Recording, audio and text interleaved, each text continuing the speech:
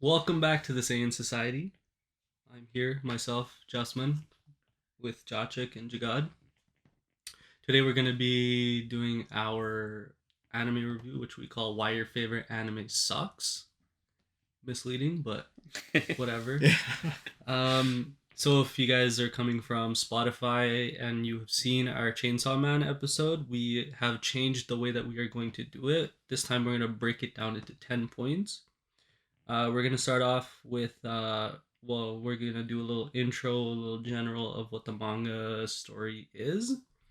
Our first point will be story and plot. Our second point will be pace. Third point will be power system, if it's applicable. Our fourth point will be characters and like the development of the characters. Our fifth point will be art and animation. Sixth will be sound, like sound production, OST, voice acting, etc. Our seventh point will be the adaptation quality from manga to anime, if that obviously is applicable. If it's just a manga, then whatever. Our eighth point will be unique qualities compared to other anime. Our ninth will be rewatch slash reread ability. Our 10th will be our more personal point where we're going to be talking about our own biases and feelings as a reading, and then we'll conclude and give our ratings individually at the end. Yeah. Yeah. Cool. So we'll just start with the general idea of the story, I guess. So we're just gonna briefly talk about each of the arcs. well, to generalize like the story, it's a story of like a high school boy that gets runs into Shinigami and gets powers, becomes the Soul Reaper, and then goes to save. And then the arcs just kind of just saves his friends. Yeah. And in the process of saving his friends, a bunch of shit goes down. Yeah. Essentially. That's very watered down. It's very watered down. We have multiple arcs that end up playing out with the first few major arcs are with one major villain. Yeah. Essentially with multiple smaller villains. Yeah. And then we have the full bringing arc, which is one villain. And then we have our 1,000-Year Blood War, which is one villain, but like I guess multiple smaller villains. And we're all preparing for October 11th when the anime comes out again. 100%. Yeah. I think we'll start going into Bleach a little bit, and so if you haven't read it or seen it, I think we'll kind of try to tell you when we're talking about some spoilers, I guess. Especially if it's for the 1,000-Year Blood War arc. Yeah, so if you guys haven't seen or read 1,000-Year Blood War yet, we will be getting into that. So yeah, we'll just do our best to kind of stop spoiling you there. But if you haven't seen like the Soul Society arc and the Arrancar arc or whatever, all that stuff like before, it's already been out for like a decade almost. Yeah. Sucks to be you. The podcast will be timestamped, so you can skip to whichever arcs you have seen. So, so we get our sort of general introduction to the characters of Bleach, and then we move into our first major arc, which is the Soul Society arc. Yeah. Then after Soul Society arc ends up being the Arrancar arc. Yeah, we have the visor. Visor arc. Arrancar arc. Yeah. And then that leads into this whole Aizen finale. Yeah. And then we have Full Bringing, and then 1,000-Year Blood War. Yeah. And then on top of that, we have the one shot that we got this year. Yeah, that happened recently. But that's we'll talk about it since it is included with the story. We can talk about it a little bit. Yeah. I don't mind. That was a nice one shot, actually. It was a nice one shot, and we'll get into it. So we'll start talking about the story and the plot quality. Yeah, so point one, story and plot quality, and our feelings, how we feel about dialogue, underlying themes, etc. Holy, I got so much stuff. This is crazy. Okay, so I did want to start off that like the more like I was starting to break down Bleach, the more I was seeing similarities to Yu Yu Hakusho. Yeah. Okay. And for me personally, like that's giving like bonus points, I guess. Mm-hmm. But one of the things was this, and like this, I guess this is like the quality aspect of it, where the same way Yusuke was being used by the villains, Ichigo was similarly being used by his villains. That's true. And he couldn't really do anything to stop it, but like the conclusions that they both came to were different because they're both very different characters. Right. Like still, right? Mhm. Right. Whereas like, because Yusuke, like if you haven't seen Yu Yu Hakusho, he's at the end of it, he was kind of like, what am I really fighting for? Like, what am I even doing here anymore? Like he had no hope of doing anything anymore because he's like, what am I really doing? I'm just being used. But Ichigo was like, I don't really care if I'm being used. I just want to protect my friends. It's a whole different Yeah. thing. Yeah. So, just getting to the beginning of the very beginning of it. Yeah. I feel like so Bleach does have like nice comedy in its writing, but I felt like at times I was just tired of the comedy. Of the comedy. Yeah, Okay. especially when we move into like Hueco Mundo and we have Nell and like Don DeChaka. Don DeChaka and I fucking hate Don DeChaka and Pachi. Like sometimes their shit was funny, Yeah. but sometimes I'm like, yo, they're so irritating. Yeah. And Yeah. I specifically remember like when I was watching the anime like back in the day, I hated these dudes. I Yeah. fucking hated them. Like Yeah. like with a passion. Like, and even like that random ass Soul Reaper dude with like a cane that's like stationed in Karakura town. You're talking about. I don't know. He's He's not a his Soul name. Reaper. He's not a Soul Reaper. Or he's a weirdo, whatever. Yeah. But like, I didn't like that guy either. And even that one Soul Reaper with like an afro. Yeah. Like these, like there was certain sections of comedy where I was just like, these are like, I don't want, like I hate this. Mhm. But then there was portions where I'm like, okay, that's actually really funny. Like, Yeah. you know, like the way they're just bickering and shit, like between like the main cast. I like that. Yeah, like I'm fine mhm. with that. But like these side characters that were like, you know, getting kind of shoehorned into like some random shit, like I didn't like that. So out of the big three, I think it has the weakest start as Mhm. well as a story. Yeah. Yeah. I Like, can see that. because I think with Naruto we had the whole like Zabuza stuff happen. Yeah. Pretty immediately. And with Yeah, this, yeah. like you're getting a little mini arc of him just learning to be a Soul Reaper, and then afterwards you start getting into the Soul Reaper like Soul Society arc. Yeah. But that's a like 50 chapters in type of Yeah, thing. yeah, Like that's it's true. it's It is, it's yeah, it's It's a very while. deep. Yeah. So then yeah, like what I was saying was it's not till chapter 54 where we kind of see Renji and Byakuya kind of get introduced. Mhm. That we're starting to see like a more interesting world being built. Yeah. And then Ichigo's initial contact with Uryu was okay, like, you know, they're doing that little hollow match that they're doing, Yeah. which, you know, like it's kind of opening up the world, but it wasn't really. I feel like that was kind of when like the pace kind of changed. It for changed a little Bleach, bit, and, like, I felt like it started to become its own sort of manga. Yeah. Yeah, so then at the point where they introduced Byakuya was kind of where I was like, okay, what type of world are they setting up? Like, what are we about to step into?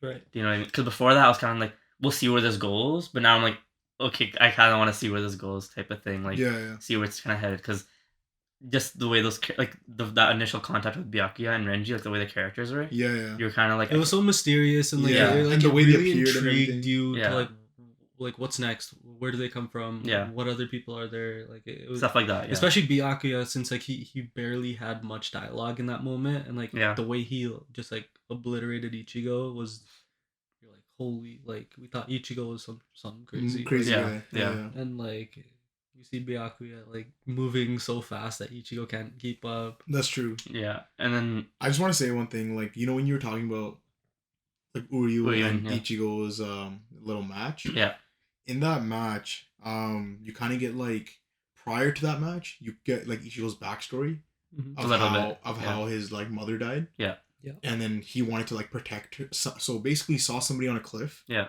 He wanted to save that kid on the cliff, and his mom ended up dying. Yeah. Right.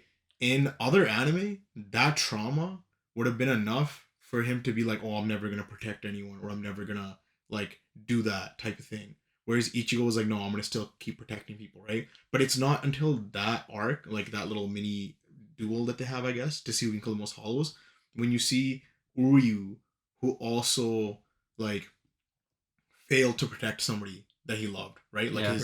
his Grandpa. grandpa Yeah. that he couldn't protect. Yeah. So both, it was like kind of showing both of them were like, yeah, we failed to protect the people we love, but we're like two you know, separate beings. yeah, but they're the same. You know what Yeah, I mean? It's yeah. essentially showing that they're the same. Mm. Yeah. And so there was actually a quote close to that chapter. Well, in that chapter, there's like a little like at the end of the chapter, it shows Ichigo opening up his shirt and he's a Superman symbol. Oh, really? Yeah. I- That's just a little yeah, like no, thing. I think I guess this has nothing. This is kind of like a uniqueness to it, but I'll talk about it later. But in terms of their plot quality and their story, I think it's actually really well done. Like it's very Yeah. linear, Yeah. which is fine, but just when you're moving from Soul Society arc, and like this is where again where I see the similarities to Yu Yu Hakusho, which might be why I like it more. It's just because it flows so naturally from Soul Society arc to the Visor arc to Yeah. the Arrancar arc and even the Fullbringer arc, because you've had 3 arcs now where Ichigo's had this power, and Mhm. this is like one section to me which I thought was really cool that Kubo did was um for the whole Soul Society arc, or even I think it was until the Visor arc where Ruki has been thinking that like she kind of screwed up Ichigo's life, Yeah. and she's kind of like, what the hell, like how am I ever supposed to like you know That's in Soul kind of Society. That's end of yeah, Soul but Society. the thing is like Yeah. Ichigo doesn't know this Yeah. until later, and same with like they don't like they're not telling each other these feelings and shit, right? Right.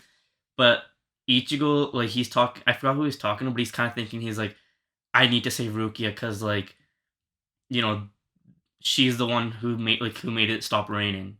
And Yeah, that's a yeah. callback to like when his mom died because it was raining the night his mom died. Yeah. So he's like, Bro, it's every time though. Like every time something happens to Ichigo, it's raining. Yeah. is it? Yeah. So when No, but- when his mom dies, you're right. It's But raining. yeah, in that moment, And it was a then- callback to that. Yeah. Because like, the way I was seeing it was, ever since his mom died, he's felt like he's been beating up school people or whatever, like random thugs and shit. Yeah. But he kind of felt like he can't really, like, life's not the same essentially, No, because right? He can't protect so people the same way he could. That's what I'm. Now That's that what I mean, Rukia like, gave him the power. Yeah. Like going back to Yeah. what I was saying was basically like Ichigo needed somebody to blame. He was blaming himself. Yeah. And then Uryu, instead of blaming himself, was blaming Soul Reapers. Yeah. Yeah. Right. Yeah. But like, there's a quote that's like in I think chapter 31, where it says, "Unless I grip the sword, I cannot protect you. But while I'm gripping the sword, I cannot embrace you." Yeah. Mm. Yeah, and I was like, man, that's so He is. Ichigo. Right? There was that was a quote he said. no. That was like the beginning. It's just the a beginning quote in the chapter beginning of quotes, the right? chapter. I Yeah. really, that's what I was gonna say about the uniqueness, but like, yeah. Sorry, We'll go get ahead. to it. Yeah. So for underlying themes, I really like the underlying themes in Bleach. I think something with like the way the story is very essentially linear. Mhm. The underlying themes is kind of what's making it stand out, because he made it simple where he could make it simple, and then he started, expanding on those themes. So, for example, like the Espada, how they're all different variations of death. Yeah. So, and then if you think about each of their personalities or their characters, and even when they show like their backstories, That's true. you kind of get to understand how they represent death in that way, right? Like for Stark, he was like loneliness. Yeah, and then- solitude, but yeah. Yeah, so he split up into 2 different Beings. beings Yeah. because he was alone, right? Yeah. And then they even show the whole backstory of how he was alone. He was too strong. Nobody, like, nothing was near him, and he was just kind of killing things. And then it wasn't until Aizen pulled up, and then Aizen like joined my crew, maybe, and then he felt like he had friends in a sense. Yeah. And then with Ukiura, his like he has the what is it, nothingness, and you can see just the way he, yeah. So I like the underlying themes that they have with characters, and I guess with the Quincy arc, it wasn't as fleshed out as well as it was with the Arrancar arc, or even like the captains or whatever. Yeah. It kind of, but I don't know if that was due to the cancellation or any of that stuff. Because Yeah.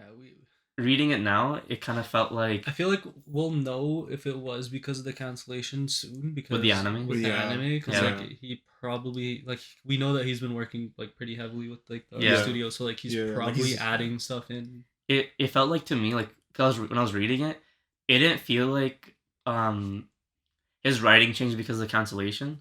I think it wasn't until like maybe halfway through the arc or maybe near the end of the arc where he started quickening it up. I 'Cause can add. I think before that his he health was did just deteriorate. Oh, really? Yeah, around that time. Okay, because like the beginning section of the arc, it kind of felt like, okay, they're opening up the arc how he normally does his pacing and stuff, except like because a lot of the backstories and stuff we don't get them till later into the arc, Mhm. and he was still Yeah. giving us some backstories and stuff, like with what was it Ichigo's mom and Yeah. his dad and stuff, like Yeah, that yeah. whole backstory that we Right. got. Like he still spent time on giving us those backstories for characters and stuff, right? So Right. I didn't think it was an issue, but I think it was later on when I think when they fight the Zero Squad. Mm-hmm. I think that's where he started quickening up the pace. Oh yeah. I think specifically, and even like when I was reading it weekly, Mhm. I think I particularly remember that when the Zero Squad got introduced, that's when we found out that Bleach was getting canceled, Yeah. and I think that's what made him quicken up the pace. So all the fights and stuff that happened after Zero Squad, I think he kind of just like was rushing a little bit. Mm, Yeah. yeah. We. So like personally, like when we do our ratings, I don't want to include that quicken. Like I don't want to like have to like I don't want to account for that because I kind of want to we wait kind to of see have to because what the anime does. we have to Mm. because then you're Okay. kind of holding a bias towards Yeah. something. That's one thing for my rating though. It's gonna include my bias, right? But that's what the bias point All is for. The rating's supposed to be like unbiased. How you, like, you right, all right. And then for dialogue, so I actually really like the way they speak, like their inner thoughts mid battle, like the way they. Yeah. And I think it's Hitsugaya, like Toshiro, that does it the best.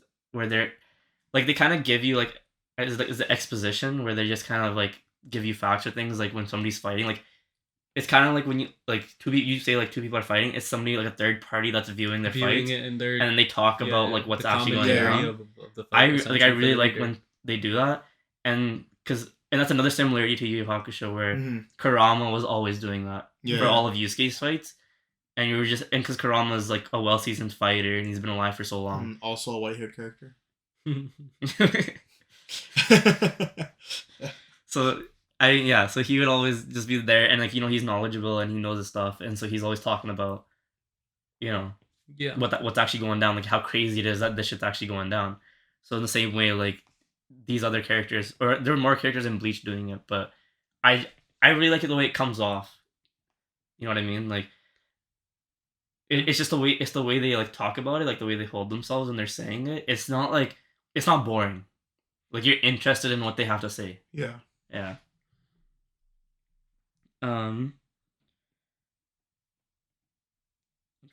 I think that's as much as I had for the first point. Okay. I think for the story and plot quality. I mean, for me, I felt like the story and the plot was like good enough for like a shonen manga. Yeah. And like you said, it did start out slow comparatively to like the other two from the big three. Yeah.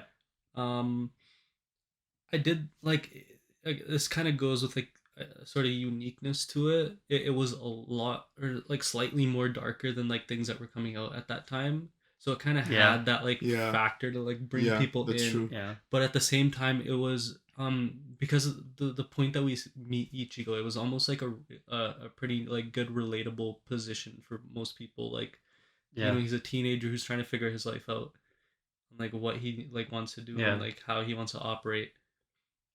Because like when we meet him, he's not like he's just he's just flowing, right? Like he doesn't really know what like the future holds. Like he's just living, trying to work it out. He's essentially a 15-year-old kid, right? Exactly. So and a lot of people at that stage in their life don't know what to do. Exactly, because you're like you're probably grade 11, going to grade 12, on the precipice of going into like university. Exactly. You don't know where you're headed, right? You also, I think it's even in the Fullbringer arc where he's 17 years old at that point and he still doesn't know what he wants to do with his life. Yeah. Because, like his powers gave him purpose, essentially. Exactly. And without it, he was kind of like... And I feel like that's like pretty relatable for most people. Like, like when they're reading it, like not only are you reading something that's like visually pleasing, it's written pretty well. Yeah. For the most part. And then you got these teenagers that are like a group of teenagers, and like they're all relatable in some sense. Yeah. Yeah. In terms of like story and plot and like writing, I did see a few issues in like later arcs, but that was post Soul Society. I felt like it was really strong until the end of Soul Society. Until like not the end of Soul Society. Yeah. Like there was an issue I found as well. Yeah. Where it was the only like it was kind of like each matchup, like character versus character, was always right place, right time, right person. And it felt for me like I started feeling that heavily during the Arrancar arc, and from there it kind of just kept going. Yeah. Like even with their matchups with the Quincy's. Yeah. It it was always just like, okay, like, yeah, sure, we haven't seen this guy's Bankai before or whatever, or we haven't like seen this person's release, like resurrection or whatever. Mhm. But like, you're like, okay, this is so busted, but then it just turns out that the person they're fighting, their Bankai is the exact thing that can fight against that. Yeah. And we Yeah. got that so many times. Yeah, Where, yeah. like, I was like, in a way, it was like he was creating like these broken ass abilities, right? And then Where creating another so broken then ability. so like for him, like it's not He'd that almost bad. like write himself into a corner where he'd have Yeah. to write it in a way that like he'd have to introduce another character or ability Yeah, that yeah. like counters what he just Exactly. did. So Yeah. he'd rather show moments of growth for characters that we know haven't fully developed. Yeah. So he would have and their Yeah. development would turn into like the exact thing they needed, which is fine. But like it was just sometimes I was kind of like, No, okay, like, like how many times is this gonna the happen? thing is, all of the fights went one of two ways, yeah, right? It was person A fights person B. Person B is too strong. He's getting his shit rocked. yeah, Person A gets a power up. Now he's rocking up person yeah, B. yeah. Right? But I There feel like was never that's a very shonen But thing. no. But there was never a fight where it was an equal fight Yeah, until Ichigo fights Grimmjow for the third time. That's the only Yeah. fight in the series where they have a completely normal back and Even forth, back and even forth. even There's back a- and forth. yeah, Every other fight, yeah. some shit happens, and it's No, one person there's- destroying the other yeah, person. There's a few, It doesn't have that like because other shonens will show that they'll show like a close fight and Yeah. somebody will win by like an inch or something. You Mhm. know? there's a few fights though that they do have a little bit different from, like they'll have somebody else pull up and save them, Yeah, and then yeah. and they end up being the perfect. But they're match, the person who's which is rolling fine. them. Yeah, Yeah, which is but that's fine, what I mean. but- It's never like a you're like, oh shit, like maybe this guy could win or this guy could win. Yeah. It's all of a sudden that switch, I think and you when it- see like, okay, this guy's getting rolled. Yeah. I think when it comes to Ichigo's fights, like just him specifically, it's either he gets the power up or he's getting rolled and he can't do anything about it and he needs some type of help. That's what I mean. And there's Yeah. only one fight in the series when he fights Grimmjow the Yeah. third time. And it's actually a back and forth, Yeah. because he's in his resurrection and he Exactly. actually learned how to use his mask a little Exactly. Yeah. bit more. Yeah. Yeah. I felt like the dialogue was nice. Like Yeah. there was never like a moment when I was reading or I was watching. I was like, it's kind of unnecessary. Yeah, or- like too tacky or like whatever, cringy, none of Yeah, that. Like it was like- kind of just it felt like flowed a little bit better than like others. I guess like others. Yeah. Hmm. Okay. I think like the only issue I had was like the comedic stuff. I was like Personally. okay with the comedic stuff. Like I was never like, like Yeah. it's a drag for me. Yeah. Like you get a very stylized like work from Kubo, and like again, it's unique. And like on the anime note, I felt like the anime did a really good job at like being able to translate most of that Yeah. a little bit. I think so. Um, Besides the filler arcs. yeah, Yeah. but that's whatever, I guess. In terms of world building, Yeah. like it was alright. I Yeah, it wouldn't was- say it was. It's probably one of like the weaker points of Bleach. Yeah, 100%, for sure. 100%. For sure. Because like we do get multiple like worlds, I guess, in a way. Like you Like have the Soul dimensions? Society, No, but yeah. Yeah. Human Realm, But it's Yeah. it's set up in a way where like they fully flesh out one like Soul Society, and then all of a sudden, but they didn't now even there's fully flesh out Soul Society. When you think about Soul Society, Well, like, it's there's so much just to it. one location, Yeah, and then yeah. everything else is just like around it. nothing. Yeah, No, You like think barren about- wasteland type of shit. Yeah, and even when you with- think about No, but what I mean is like the only one that was really like fleshed out and felt like a world was the human world yeah. No, but No. even the human world, they only ever stay in Japan. in the one In- town. in the town, Yeah, in Karakura literally in the town. one Yeah. town. Yeah. Because like, No, but they explained something where they were like, for some reason, like there's a high intensity of souls specifically in the Karakura town for like Yeah. hollows to attack and shit Yeah. for some reason. And maybe that's because no, wasn't that because the Oaken though?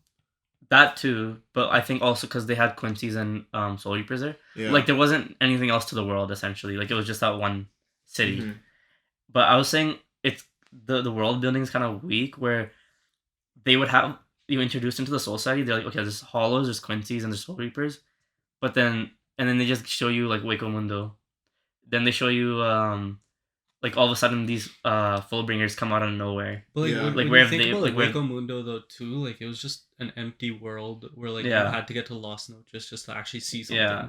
Yeah. And even with the Quincy's, like they're no, living but in see, the like, shadows. in the manga, it's just a desert. Like they Yeah. appear in like a desert area, right? Yeah. In the anime, they have a filler where they show like a captain who got trapped in Waco Mundo one time, and it's like the land Oh yeah. underneath. Yeah. Like, I underneath think it's the supposed to be like sand. hell or something, or no? It's not hell, but it's like the like. I know what this- you're talking about. The canopy of Waco Mundo is where all Yeah. the sand is. Yeah. But underneath is like there's still other people there. Like that's Yeah. where all like the other hollows and shit are. Because we didn't see a single hollow No, I know. in Waco Mundo. Yeah, It's not all yeah. In the just like in the manga, it's straight like Arrancar, like exactly, straight bro. And Yeah. the thing is, like, prior to them introducing their own cars, you're like, oh shit, these guys are rare. They're like, Yeah. bro, you can count on two hands how many Vasta Lords there are and shit. Yeah. And then all of a sudden, these guys are pulling up out of nowhere. Yeah. But I think that's specifically because where they go to is Aizen's facility type of thing. Yeah. But I also think So that's why it's all like, you know, his people.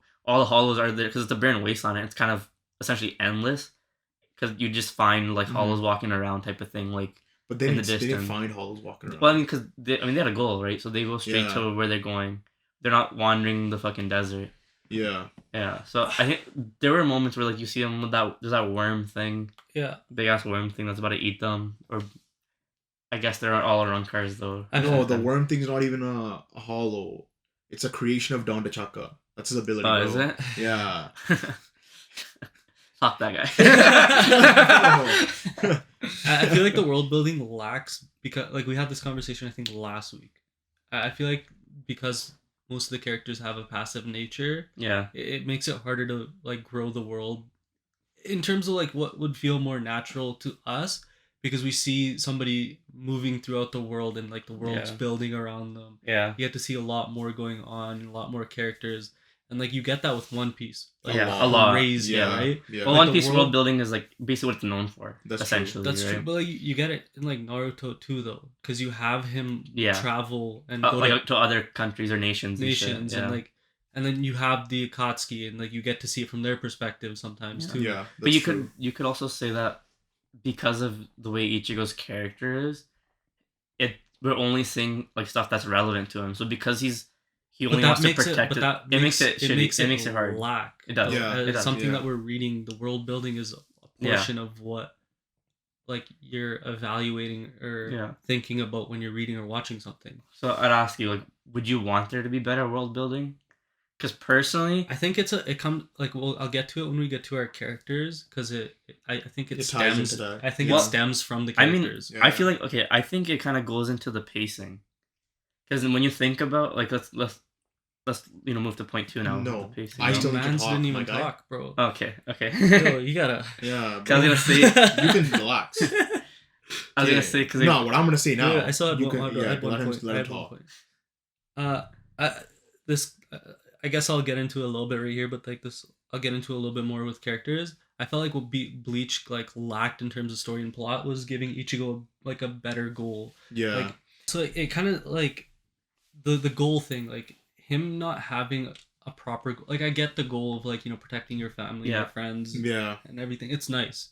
It adds like a sort of emotional aspect to Yeah. the story and everything. But because that's his only goal, yeah, it really makes Bleach lack in terms of like what the character's Mhm. ambitions and everything Yeah. is. Like you get a very stale main character in a sense. Like he's complex in terms of like what his emotions are and Yeah, what he what like he's might dealing with. think because he thinks, but at the same time you could say that he thinks a little simplistic because his goal is only one thing, Yeah. yeah. right? And it brings a sort of staleness to what the character is. But I would say that like he kind of like that stuff's a little bit more superficial. The stuff that like he's not showing us, Yeah. like his dreams and stuff. It's like you know what I mean. Like it's more superficial. Where Kubo is showing us is stuff that like the readers can resonate with a little bit more, like the issues of like stuff that he's dealing with his family and friends around him, rather than like a random far off goal of being like the best Soul Reaper. But I feel know like what I it mean? kind of comes down to like a writing ability too, though. Yeah, because Because you can easily write him to be the exact same way he is now, but give him Yeah. a sort of Purpose. Purpose, a better purpose. yeah. Like Yeah. you're not gonna lose those factors that we already Yeah. have of Ichigo by giving him a higher, Yeah. bigger, better goal or something. And you do that, it moves the story a little bit better too as well. I feel like. Okay. You can go now. So, in terms of writing, there's one thing that I didn't notice was that when a soul dies in the human realm, Yeah. they end up in the soul society. Yeah. So if Orihime dies, she's gonna end up in the soul society.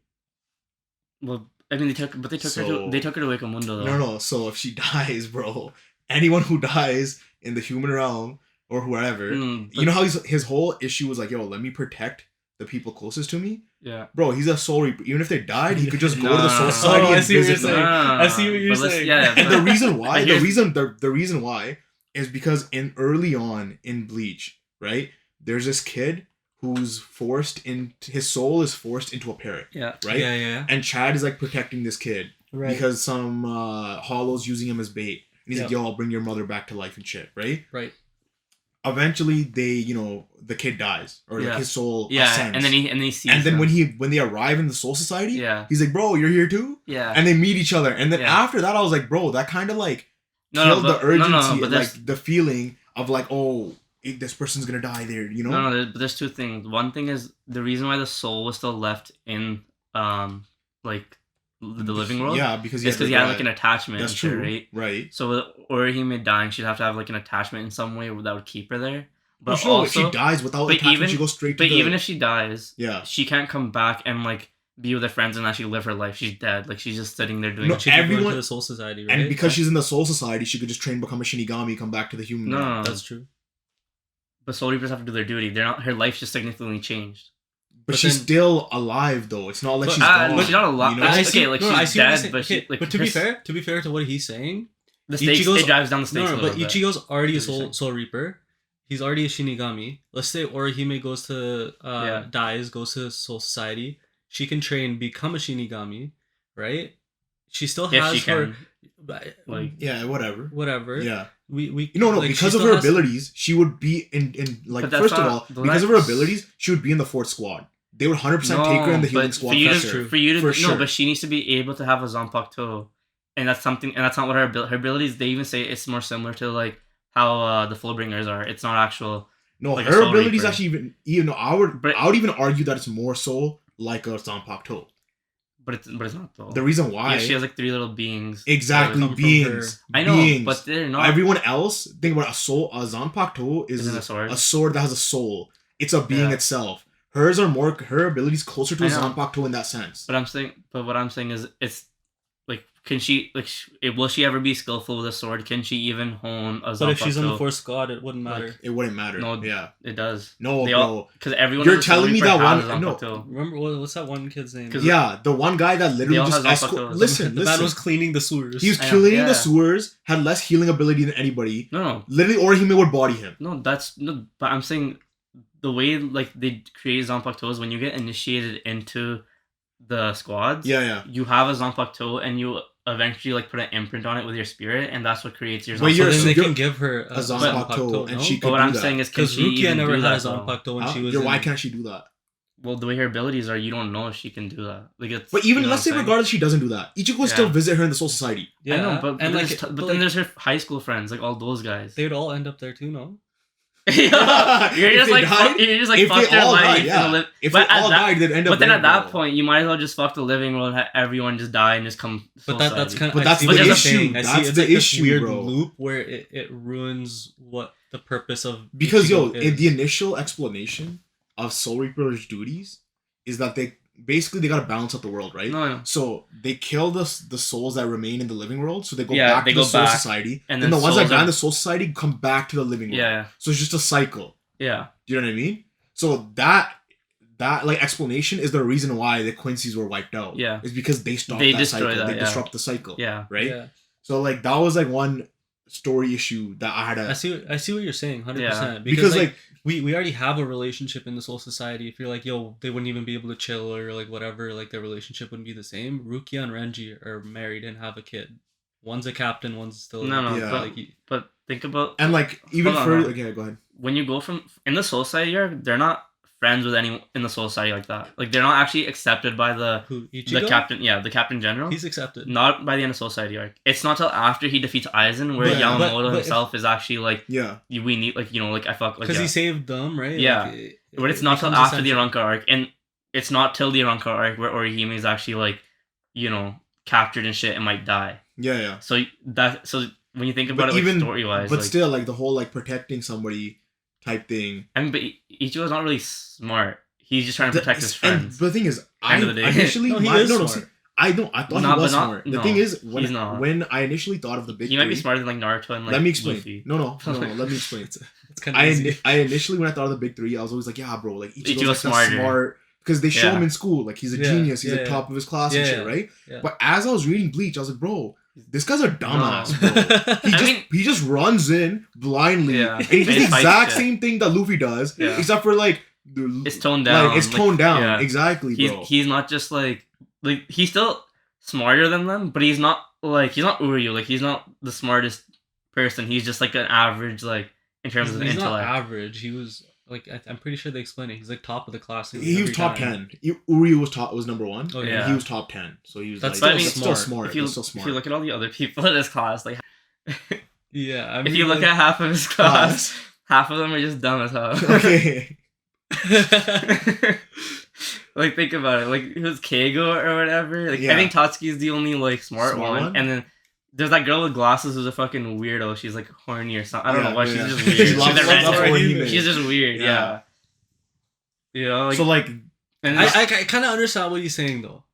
It Yeah. does. The Yeah. stakes do kind of get It's like it's a Dragon Ball situation kind of. where the Ki- stakes kind of of, like completely lower. Like And that's yeah. and that's kind when of, we're reading Super, there's no in my opinion, Yeah. there's never any stakes. yeah. and that's kind of like an issue I also had with other characters because there's so many moments where you're like, okay, this guy died, and then they show up later, and you're like, yo, but this guy Yeah. died, Yeah. right? But then that's the whole soul thing, right? Like they're So- like not actually dead, I guess. So like let me continue. but then on. there's moments where Yeah. you find characters that actually did die, and you're like, what the hell, this guy died? yeah. Like it's just so it's inconsistent. No, in it's some very way. inconsistent. It's weird. So another thing I want to talk about was that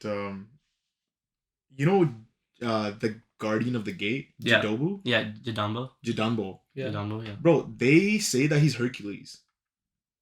I don't know. I didn't see it. I didn't read that. Yeah, I don't know. to make sure, Yeah. I checked 4 different translations, Yeah. and they were like, yeah, he's Hercules. Like Yeah. so he was Hercules in the human world. Yeah. He died and then he became Okay. Jidanbo in the Is that how they explain it? No, Oh. but like because Yoruichi's the one narrating, she's the one explaining it. So I don't know how she knows, Oh. but that's what they say. Mm. Yeah, which I thought was kind of But- cool. That was like Okay. just like. Yeah. But anyways, another thing I wanted to talk about. I guess actually no, that could probably go into power system, but they make a lot of things that happen in the series remind me of Dragon Ball Z. Like what?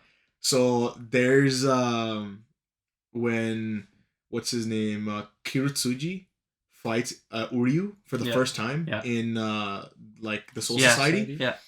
It's just a one panel where he stretches his arm out Yeah. to grab Oh yeah. Uryu, Yeah. right? And it gets cut off. It's like right? Piccolo vibes. Exactly, Yeah. because as soon as it gets cut off, He the regens. way he regens is Yeah. exactly like Like Piccolo. Piccolo. Right? And then also when Ukiura and Yami touch down in Karakura said- Town, Yeah. that's the exact same as Vegeta Nappa. and Nappa. And yeah. It's the exact same, bro. exact Same vibes. It Yeah. Yeah. literally, like, he could just Shorter, kill just, everybody. like, stronger. Short, strong. Yeah. Exactly, like, And the he's exact watching same. him fight and shit, and He- then bro, he's he like, gets "Yo, his- step in. Bro, he And gets then his arm cut off exactly like how Nappa gets Yeah. his arm cut off. Yeah. I was just like, damn, this is straight That's Dragon it, Ball Z yeah. vibes. Yeah. That's Yeah.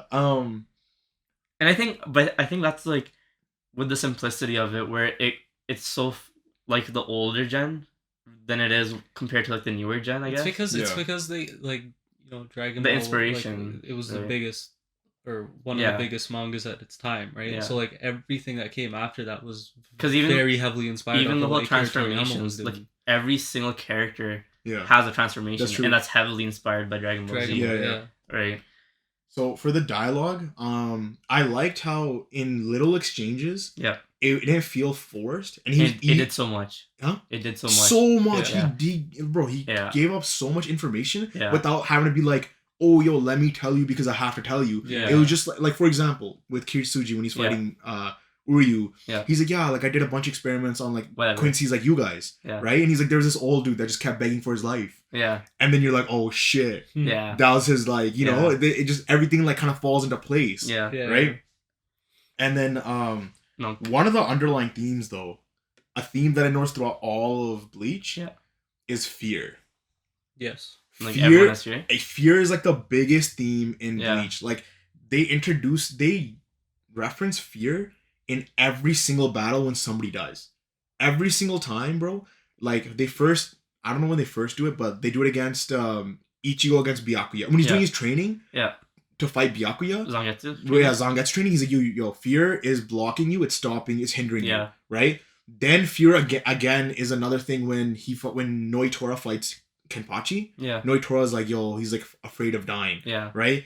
Grimmjow, when he fights Ichigo, he's afraid of reverting. Yeah. Right? Like everyone, fear is just some driving motivation to everyone in Bleach. That makes sense in some. Not everyone. Everyone. But I would say like every significant person. I'm not talking about Keigo because who the fuck is that guy? But I'm talking about everyone's significant fight. You could say like it's the fear of like their insecurity in some way. Because for Aizen, like he feared. Like what did he fear too, bro? So his I think there is like what was his fear? I'm telling you. So yeah, like, Aizen's fear was he wanted to keep evolving so he wouldn't stagnate. Yeah. And then his fear was being but then it was not growing. Of not growing. Right? So then when Ichigo ascends him, he like realized like, yo, I can't sense his power. Then he starts to fear that. He's like, oh, I don't understand this. Now I fear it. You know? I think his fear wasn't. I think his fear was more like, because the whole time he was grooming Ichigo in a way. Yeah. Because he wanted it to happen where once he achieves the Hogyoku and like does that shit, he wanted to be able to like use that power and like fight someone equal to that could have him like relish in it a little bit. Yeah. He didn't think that Ichigo's progress would go beyond his own. Yeah, and that's when the fear kicks in. And that's when the fear kicks in. Yeah. But like literally everyone. Urahara's fear. The thing is, I didn't. No, alright. I'm just saying he doesn't have. He doesn't have any fear. He's one of those characters that like he's just there and kind of almost like knows everything. I think Yoruichi also. Yoruichi, she also didn't have any fear. Yeah, like she's always just like part of the fight and shit, but she's not like ever. She just wants to smoke. Yeah, she's never in like a moment. That's same with Kenpachi too. He just wants to smoke. Yeah, he just wants fear. Like he had fear in the moment when he saw Unohana like actually. Oh yeah, go crazy. He was like, "Oh fuck." Yeah, that's true. But he didn't actually have fear though. It was like one of those moments where he looked at her and he was like, "Oh shit, what the fuck?" He was more like excited, if anything. No, I think he's right. I think it was like bloodlust. Like it was like the moment where like he sensed her bloodlust and he was like, "Oh shit." Yeah. But like, so fear is a very prevalent thing, and especially like the last speech with Yawatch, he talks about fear as well. Yeah. Right. Yeah. And we have how Aizen said, speech. Yeah, exactly. Yeah. So it just ties everything together. Like fear is the underlying theme of Bleach, right? Like overall. Yeah. Going back to the dialogue though, there's one exchange with Gin and Rukia when she's about to get executed. Yeah. And at that point, she's already given up. Yeah. Right? She's like, yo, like I'm dead. It's over. He pulls up and shatters her. And just because she's already like, nah, like I'm dead. I don't care. He just pulls up, gives her a little bit of hope, and then shatters and then just breaks her will instantly. And you're like, wow, that was done so well. It was done so well, And it was literally like 2 sentences, bro. And that's it. Because you didn't, and because the convictions that Rukia had from like when she leaves Ichigo, she's like, yo, don't follow me, fuck off, like I'm leaving. Yeah. And then, till that point, you're like, like you can tell she's like strong in a way, and then she starts believing again, and then just drops to her knees, and she's just like, I can't believe he just did that. What a snake! He's actually a snake. He's literally a snake. Yeah. So, but the writing a writing issue I wanted to bring up was that like Soul Society arc was a rescue arc. Yeah. A Rancor arc was also a rescue arc. And they both kind of play out the same way. All of them are rescue arcs. But they play out the same way because but like in the way he's saying it, Soul Society was girl gets captured, let's go save the girl. Same thing. Let's go through like different levels. Right. And then let's face the final sort of boss of that area. Yeah. You come to Rancor arc, girl gets taken. 100%. Fight through all the guys. Same thing. And like even before that, there's the training arcs too. Yeah. Even the training arcs are the same. Yeah. Kind of. Like similar. Personally, I really like the training arcs. that Bleach. Yeah, thing. but what I anyways. was trying to get what I was getting to was like at the end of the Soul Society arc, Yeah. Ichigo fights Byakuya, Okay. right? He fights Byakuya, who's like this cold, heartless, emotionless person. Yeah. Mid fight, he goes into his hollow form, defeats Byakuya. Oh, yeah. He fights Ukiura, emotionless, cold person. Yeah. Mid fight, goes into his hollow form, defeats Ukiura. Yeah. And both times that happens, after he defeats Byakuya, he now fears his holification. You get the visor training arc, right? After defeating Ukiura, he fears his visored mask transformation, and then he like accepts it after he does a training arc with his dad. I agree with this point completely. I completely forgot to mention it. That's true. Like the story, that's where it comes to, where the story is very basic. Yeah, in that sense, that was an issue. And that's kind of what I meant by it being like also like linear, like just very simple. Where, but and that's the exact same thing, like back to back, especially your two first major arcs are the exact same. It's and like one's but you could also say that Aizen's the villain from both arcs, so it's a continuation. You can say that, and you could say it's more of a saga. Yeah, you could count that as a saga. That's true. And because they do have that mini visor arc in between. Yeah. You know what I mean? So it's not just like it'd be different if it was a different villain. I think it'd be worse but because it was still Aizen, you're kind of like Aizen's using ways to manipulate Ichigo. But the exact same way every time. Yeah. Well, that's what gets to him though, right? Yeah. and that's so it kind of works, but it doesn't work at the same time. Where it's like it's repetitive. But like when you even think about like from Soul Society to the Urankar arc, like I felt like Soul Society was like as a rescue arc was handled way better than the Urankar arc. Yeah, the Urankar I don't arc think so. Felt so like how would you call it? Like I guess in a way unorganized, and like since it's a rehash of something that we already got. Yeah, I think it was a little bit different because so with the Soul Society arc, like obviously like we had the 4 guys break in and shit, and you had like whatever. Yeah. But then with the Urankar arc, you had Aizen prevent the Soul Society from even joining with Wako Mundo, like joining his journey in Wako Mundo, and they're prepping to fight in Karakura Town. Yeah. So and you see Yamamoto on the front lines, which like you're like, okay, what the hell? But like, and then and then it gets more chaotic in their journey in Wako Mundo, and then you're seeing like the growth of these characters of people that are stepping away from like Renji and Rukia that are like, screw it, we're just gonna come help you. So here's the thing, right? With Soul Society arc, the confusion in Soul Society arc is what allowed for them to even rescue Rukia. Like essentially, the confusion with the Aizen death, and then also the captains and their different motivations. Yeah, like Kenpachi essentially helped them in the Soul Society arc. Yeah, but then Grimmjow is the Kenpachi that helps them in the Urankar, right? Yeah, but like that confusion and everything allows for them to do what they did. Yeah. Whereas in the Urankar arc, they arrive and Aizen's like, nah, just leave them. They're good. Right? And the thing is, he does that because he wants to show that he's just that much stronger and shit. No, that this is nothing to fear. Yeah. Going back to that again. Because that's the thing about Hollows, right? Because they explain in the Urankar arc is Hollows fear, those that are stronger than them. Yeah. So if somebody stronger than you is somebody that you're following, fear somebody else, they're gonna be like, oh shit, now we gotta be on guard about this. But he's like, nah, there's nothing to fear. So it kind of felt as though like it was like a gimme, where he was like, yo, like we're not gonna do anything and we're just gonna allow for them to get as strong as possible just so they can come through and just kick our asses. Yeah. Which is essentially what happened. But well, from Aizen's perspective, he doesn't care about the Espada. He was using them the whole time. Yeah. And you find that even at the end when he kind of kills Haliba. Where he was like, yeah, I have no need for you guys anymore. Yeah. Like he never cared for them, right? And his whole, like, he says it at the beginning of the arc. Like, as soon as Ichigo guys pulled up to Wako Mundo, his plan was basically, like done. Yeah, because all he needed to do was hold Ichigo there while he demolished the rest of the fucking squads. Yeah. And he succeeded in demolishing them. That's true. He fucked them up. Like, and then it's not, like, he didn't expect Ichigo to be able to come back. Yeah.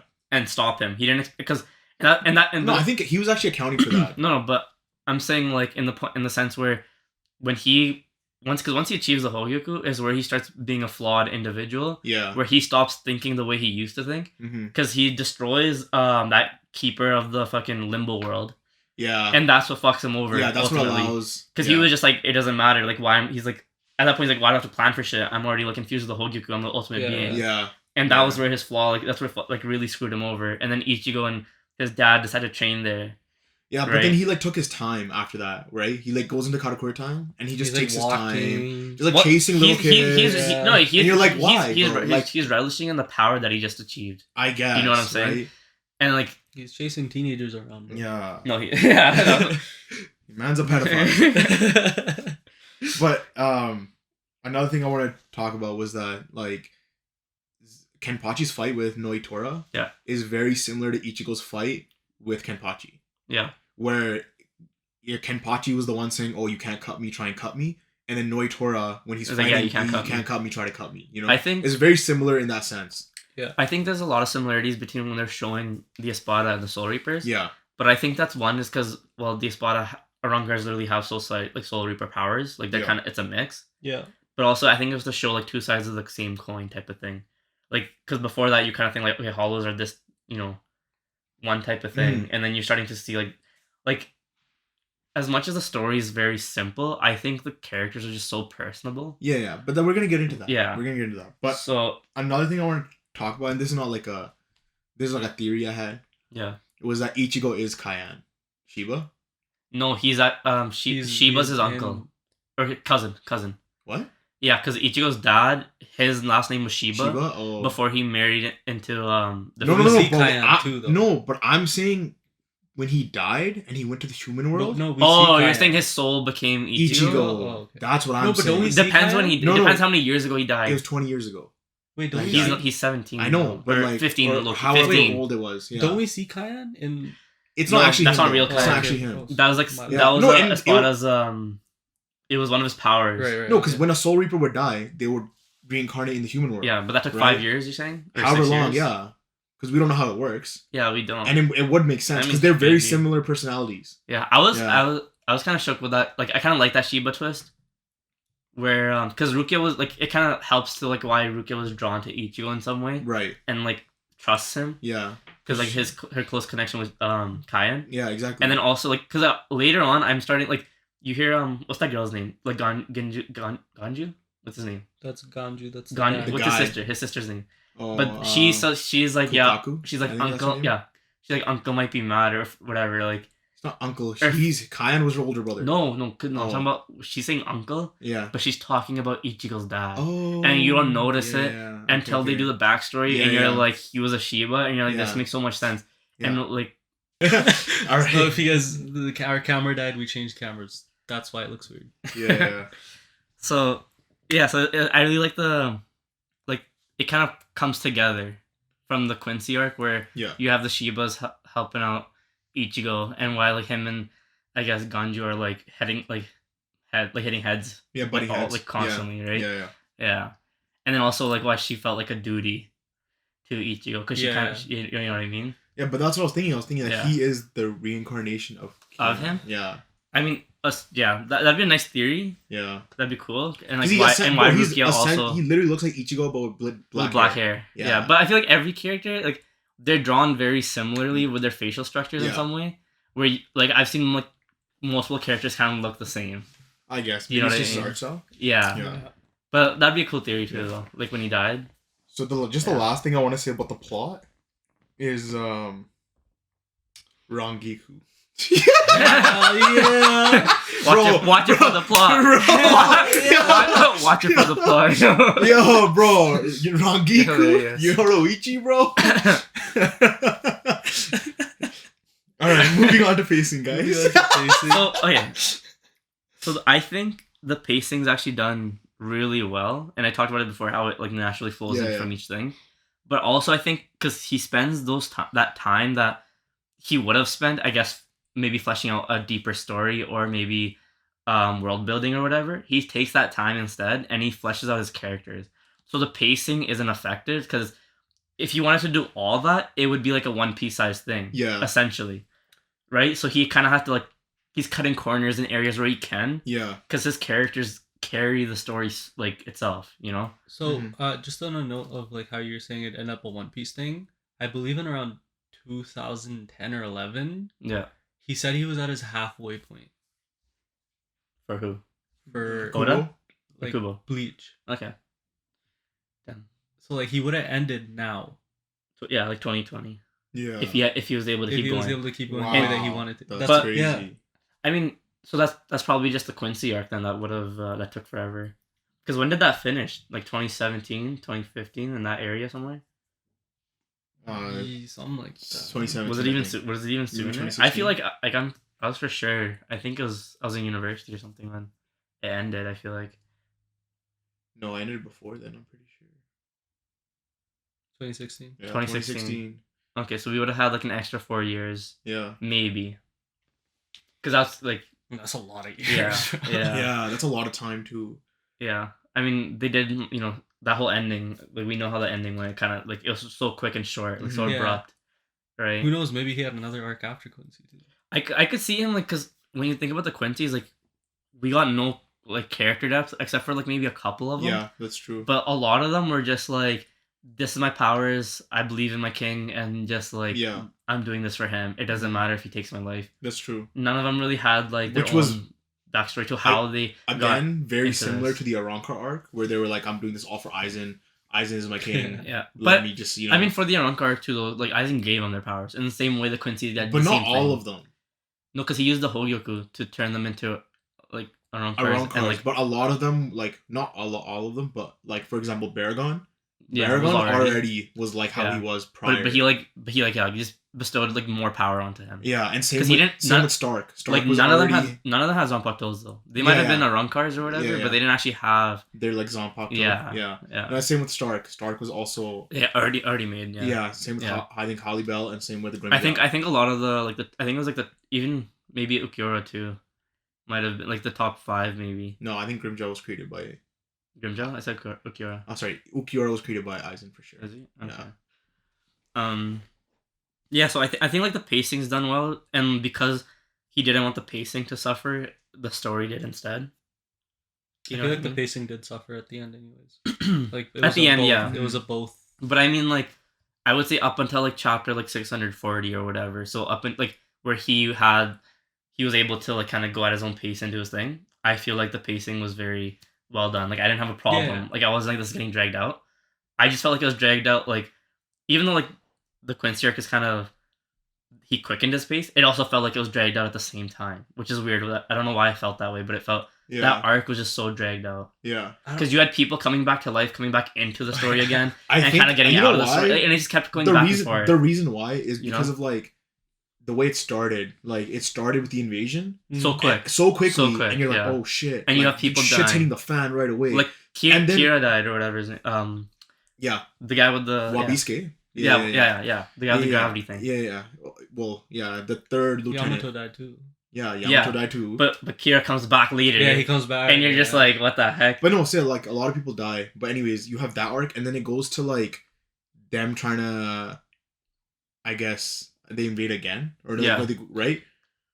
Ichigo gets They invade, then they leave because they're like essentially like this was within that 9-day time frame Yeah. where he did some like biblical shit. where- Right? Yeah. where you're like Yawach had to like leave because he basically tapped out his power reserve. Yeah. And then so his secondary dude, lieutenant dude, is like, yo, we gotta dip. Because, like, it was at that instant where he, like, kind of lost his powers. He's like, yo, we gotta dip. Because he So fought that- Ichigo like Yeah. Yeah. So then they dip, and then they wait, like, a day or something, or 2 days, and then they come back. Or Mhm. was it 3 days? I don't know. Yeah, but then they Yeah, they fight. come They back. fight them again, and then after that, they go up to the Zero Squad. Yeah. And then like Ichigo comes falling down. He has to go back up again. Yeah. You know, like that whole like There was so much Just shit way that- happening, yeah. but it was, like, that felt I'm dragged okay, out. I'm That's what okay, felt I'm dragged okay out. with them, like, moving up to fight Zero Squad, and then have each... But it was just, like, having a reintroduction of characters that you thought were dead, Mhm. coming back. You're just, like when, like, Rangiku and Toshiro and Byakuya kind of die at the beginning of the arc. And then Byakuya, like, I guess, like, they saved him with, like, the whole Zero Squad stuff, Yeah, which but is cool. yo, the But bringing Byakuya back- thing kind of cheesed me because he had that moment where he actually like opened up. Yeah, and and, like, he was, like, ready to Ichigo, die. Like, and, like, yeah, he was ready to die. He's Yeah, like, Ichigo, yeah. please save this whole Yeah. society. Yeah. And then they and then just they saved brought him. yeah, and then he brought Like he him like back, gave yeah. up his pride in a sense. Yeah, he yeah, was he like, gave bro, up- like he I can't do it. he completely You let need to go. be the one. Yeah, Yeah. and it was just so crazy. Like, that's the beginning of the arc where you have Byakuya die. You had Rukia die as well. Yeah, and then Rukia, you could have him save her, and that would have Yeah. been okay for the story because you're like, whatever, it's Rukia. So- but like, even like Hitsugaya and like Rangiku, like they died, like they became zombies, and Like, I know how Kurosuchi you- brings them back. I know how you mentioned that like you think it was after the Zero Squad, Yeah. That's when he realized and he started quickening up the pace. Yeah. I think it was during the first couple of chapters. Is when he was aware. I thought because he in the first couple of Yeah. chapters of the 1,000-Year War, Yeah. he off screens Rukia and Renji's fight, and they're like main cast. Bro. Yeah. He literally off screened their fight, and then they come back and they're like, "Yeah, we defeated this guy." Or like like he they got off-screened a few fights. That's what I Yeah, mean. off- And it's at off- that point yeah. that's when you start realizing that this is what's happening. Yeah. So I think starting could from you- then is when we're but gonna could see you- a change in the anime at you- least. I But- think so. Yeah. But do you think like he also off-screened the fights because like compared to the other arcs before, Yeah. every fight had its Screen time. time. So then he was like, because we No, I don't need think to it- see every fight like No, that, I especially think like that- those fights that they were having weren't really anything like because he was kind of waiting so we wouldn't see those people's powers that they were fighting. I think Yeah. it comes to Do you know what I mean? Because the people that multiple aspects to why he wasn't able to do the way. Like obviously we knew that like he was being rushed on yeah one end. yeah His health was deteriorating yeah on another end. yeah So it was It like could've this been a whole arc accumulation of like so Everything, much yeah. that was going 'Cause- on with him. I mean, with us finding out, if like we found out at the Zero Squad thing, which Yeah. means he obviously knew about this Way before, before. That's what I Yeah. mean. right? So it could have been definitely like the beginning of the arc, which is so it's kind of tough to judge that arc, but we'll do it anyways. No, I mean it's a completed work. Yeah, It's pretty easy to judge it. but I mean, like, I would like if there's anything lacking in that last arc that's different from the other arcs, the previous arcs. I feel like I can give him leeway for those things just until the anime is done. Mhm. Right, and then once the anime is done, like we'll have like a better look at it, right? But No, I think I still think because it's a completed work that you are able to completely judge it. yeah, But that's me. no, yeah, I think we can judge it, but I think it's like I feel like it's okay. Like, It doesn't you're saying it doesn't do it justice. it doesn't do justice. Yeah, that's Like what the I'm saying. anime, if the anime That's what does I'm it saying. justice, then you're like, oh shit, like now this bumps up my rating of Yeah. what it was. Yeah. Right. Mhm. Do we want to talk about the power system? But I still want to talk about pacing. Pacing? Okay. Yeah. Okay. Are you got anything to say about pacing? I mean, my pacing. think I we- thought it was fine. Yeah, Yeah. I thought it was good too. So the one I wanted to mention about pacing was their fights. The pacing of the fights. Yeah, What he does really well, and I guess this ties into pacing, yeah, is you're so immersed in the fight of like everything that's happening, like so much shit is happening that you forget other factors, and those factors pull up later and you're like, oh shit, this guy's here too? Like no way, like the way he does that, like for Well, example, like you're immersed in what's happening. like for example, the whole when they're at like the fake Katakura town arc, yeah, and everyone's like fighting their like their Yeah. different Aran cars, yeah, and shit's just hitting the fan, yeah, and you're like, yo, what's gonna happen now, right? And you're so immersed and you're like, wait, the captain's there. He pulls up, just puts a hole through that guy Ion's chest, and you're like, oh shit, this guy's here. The tables have turned, right? yeah. And then he's like ready to pop off. Then all of a sudden, Wonder Weiss comes out of nowhere. Yeah, And you're like, fucks him oh up. shit, Fucks it's up the, over. But then he's like, nah, never mind. Let me just give up my arm. You're done. Then you're like, oh, but then he blows up. It's just so much shit happens, and you're like, yo, this is crazy. It's just his ability to like draw you in I and feel make like- you I feel forget like what's it's gonna very, happen. like- You know? Maybe it's like JoJo-esque, where it's like you don't know who's gonna win essentially, because it's like they'll be like, oh, like my power's strong, and he's like, no wait, but you didn't know I had this power, and then like, nah, but like, I didn't even touch my Bankai what yet, and he then, does- like, no. I got to touch my resurrection still, like So like what he my does. resurrection's not even my real resurrection, like so what he I was does, just kidding when I said that, like you know what I mean, like So it's what he just, does with the like, pacing is like the way he gets other people introduced. Like Yeah. every time somebody pulls up, yeah, and I guess this is I'm touching into like art now. yeah, They look so clean. Anytime somebody pulls up, bro. Yeah. yeah, no, we'll Yeah. Like in the around like the fake Katakura town arc, So as shit's hitting the fan, the visors pull up, and you're like, Yeah. oh shit, They now pull up they're as like here? a squad. That's what I mean, Yeah. and that adds to it even more. And yeah. you're like, oh my no, god, that's definitely the art. yeah. That's an art point for sure. But I'm talking about pacing wise though. You know how like you're just so immersed. yeah, Yeah. like there's a it's Yeah. always like each arc is just so filled with action, like so much shit's happening, Like even and when it's still moving forward. yeah, like even Which when is nice. Urahara's fighting the lethal dose guy, yeah, right? You're so immersed in the fight, you forget Grimgel's there. Then Grimgel yeah, and pulls then up. Grimjaw pulls up and and, you're just like grabs his heart and shit. Yeah, Yeah. literally, bro. Because you thought, They- and that's they off screen the Grimjaw fight. Like when Grimjaw initially fights the yeah, lethal dose dude, Yeah, that's the whole thing, and the whole Yeah. time when they first introduced Grimjaw, like, because like actually I guess it's a rereading standpoint, so I won't like Yeah. touch into that until after. But like when you first see Grimjow, you're like, I want to see how strong he's gotten, Yeah. and I want to see how like what the Yeah, what he's yeah. up to, and then you can kind of see like at one point like Grimjow's resurrection when he turns more into like a feline type of thing and his claws come out or whatever. He's in his regular form and he still had those claws start to like appear on his arm. Mm. You know what I mean? So it's Yeah. like his degree of control, I think, over his body, Yeah. like Just improved hella. increases. But we didn't get to see like a lot of that. Yeah. you Yeah. know? Yeah. Are we moving on to our point 3? Yeah. Yeah. Power system. Let's talk about the power system. I mean, I like the power system. Yeah. I think Bleach has pretty like one of the coolest power systems, and like Yeah. it has multiple aspects to its power Yeah, system. Like you have Yeah. you have the Shinigamis, you Yeah, have yeah. the Quincy's, the Hollows, the Rankar, Yeah. right? The Like the the visors, visor. It's like it's and the Fullbringers. it's the full bringers. Like There's so much shit. it's Yeah. and Yeah. it's all done really And- like nicely, and it's all cool. And it's all separate power systems. Yeah, exactly. Right? Yeah. Like it's not just one power system. That's the whole governing universe. everything. That's true. It's separate power yeah. systems. Yeah. Yeah. Yeah. I mean, to some extent, they're similar because of like you could say like Reishi or like Yeah. spiritual, Yeah. right? But yeah, they Dude. all have their individual Yeah. things. In the Soul Society arc, because like it's spiritual pressure, right? Like Yeah. that like people have, Yeah. like, Oh, yeah. to like you can sense or Yeah, something, and like the way that people sense spiritual It's so pressure, crazy. it's It's so so nuts. it's so raw when Ichigo So when raw. Ichigo It's pulls so up when it's fucking crazy. they're on the bridge, like Yeah. they just got Rukia out of the Yeah, tower, yeah. and Byakuya's there, and Yeah. the white haired captain, what's Yeah. his name again?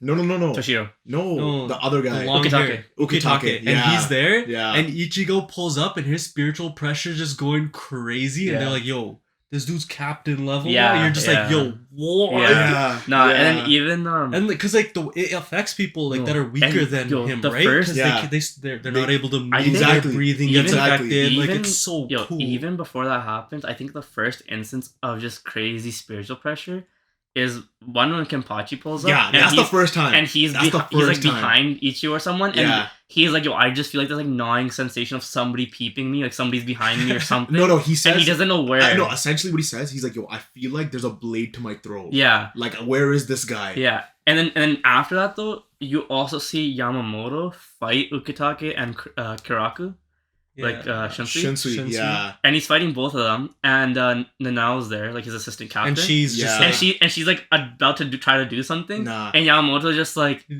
Sit Don't down. try. he's like, you haven't even learned how to walk yet, type of shit. Yeah. And then he's like, shut the fuck up and sit down, Down, and yeah. just crushes her with Yeah, like his yeah. spiritual pressure. and then then- Shinsuke yeah. had And she's to just- like yeah. come protect Yeah, her. exactly, Yeah. bro. And that's like the most intense like thing you see. See, and yo, go ahead. that like that level of like crazy, like what Yamamoto did, you don't see that again until Aizen does it again later with Grimjow. That's true. That's It's true. so and sick, they also bro. mentioned that Aizen had like double the spiritual pressure of a captain, Yeah. which is nuts. But even Nuts. even Ichigo had double the spiritual pressure of a captain though too. No, he had captain level of spiritual pressure like during I'm ta- Soul Society. But I'm saying Aizen, I'm talking about just at had, first. Yeah, like, okay. as a captain, he Yeah. had double the spiritual pressure. Yeah, which is insane. because he talks about it in a way where like he doesn't bring it up in like a fight or something. He's bringing it up in the sense where he's like, people don't realize what happens when you have double the spiritual pressure of a captain, and you can create like the Oken or something. Like Yeah. when you touch the Hogyuki, like what Yeah. actually happens What when actually you happens? have yeah. that much spiritual Oh yeah, pressure. you're talking about when he's like you're able to like fully awaken the Yeah. Hogyoku, right? Yeah. Yeah, that's during the Aranka arc when he Yeah. says that. I don't know. It's just and then like Zanpakuto's toes too. Like Sorry, going to re- the spiritual pressure thing though. sure, go for it. Like one, it looks like rain, yeah, right? Because, yeah, the Yeah. pressure. the way the like, pressure like comes Yeah. down, which looks crazy. It's but almost it's like- staticky too, I th- though. yeah. it's right? almost staticky, yeah. And Yeah. like It again, felt like gravity type of thing. yeah, That- yeah, yeah, yeah. exactly. But like the whole rain thing, that's like it's such a significant theme throughout all of Bleach, Bleach, right? yeah. Like Ichigo's internal struggle, his inner world will be raining, Yeah. or like outer world or anything, right? And then spiritual pressure is what Conquerors Hockey aspires to be. That's essentially, facts. essentially. That's facts, bro. I guess, yeah, that's true. Well, That's true. okay, to be fair, But spiritual pressure, like they never took spiritual pressure. Like I guess with Aizen they did, Yeah. with like normal humans, but they never Yeah. took it to the extent where like they can just have other people pass out. But yo, no, you can. know? I mean, I guess he never took it there, but like you can very easily see that happen. yeah, 100%, very 100%. easily, yeah. But No, because actually, when he goes to Karakura Town, some guy tries to walk near him, No, he gets that's what I'm disintegrated. saying. No, I'm saying, half his I'm body saying, just I'm goes saying, away. like you only see it with Yeah. Aizen. Yeah, that's You don't true. see it throughout the story where somebody else is like, Because most people are because I feel controlling like, their spiritual because I feel like pressure. They're not Yamamoto just letting would it be spill able out. to make Nanao like pass out, Of course. like just straight Yeah. pass out, No, like 100%. yeah. Like they're controlling their spiritual. Like Yeah, how yeah. much they're Yeah, releasing. they They're are not like controlling- Aizen's just like yo fuck And that's- it, dude. yeah. Yeah, literally. Yeah. He's like, bro, my glasses are off. I'm a fucking Chad now. Got my hair Yeah. up, dude. Like hair slicked back. Yeah. No, it's like it's.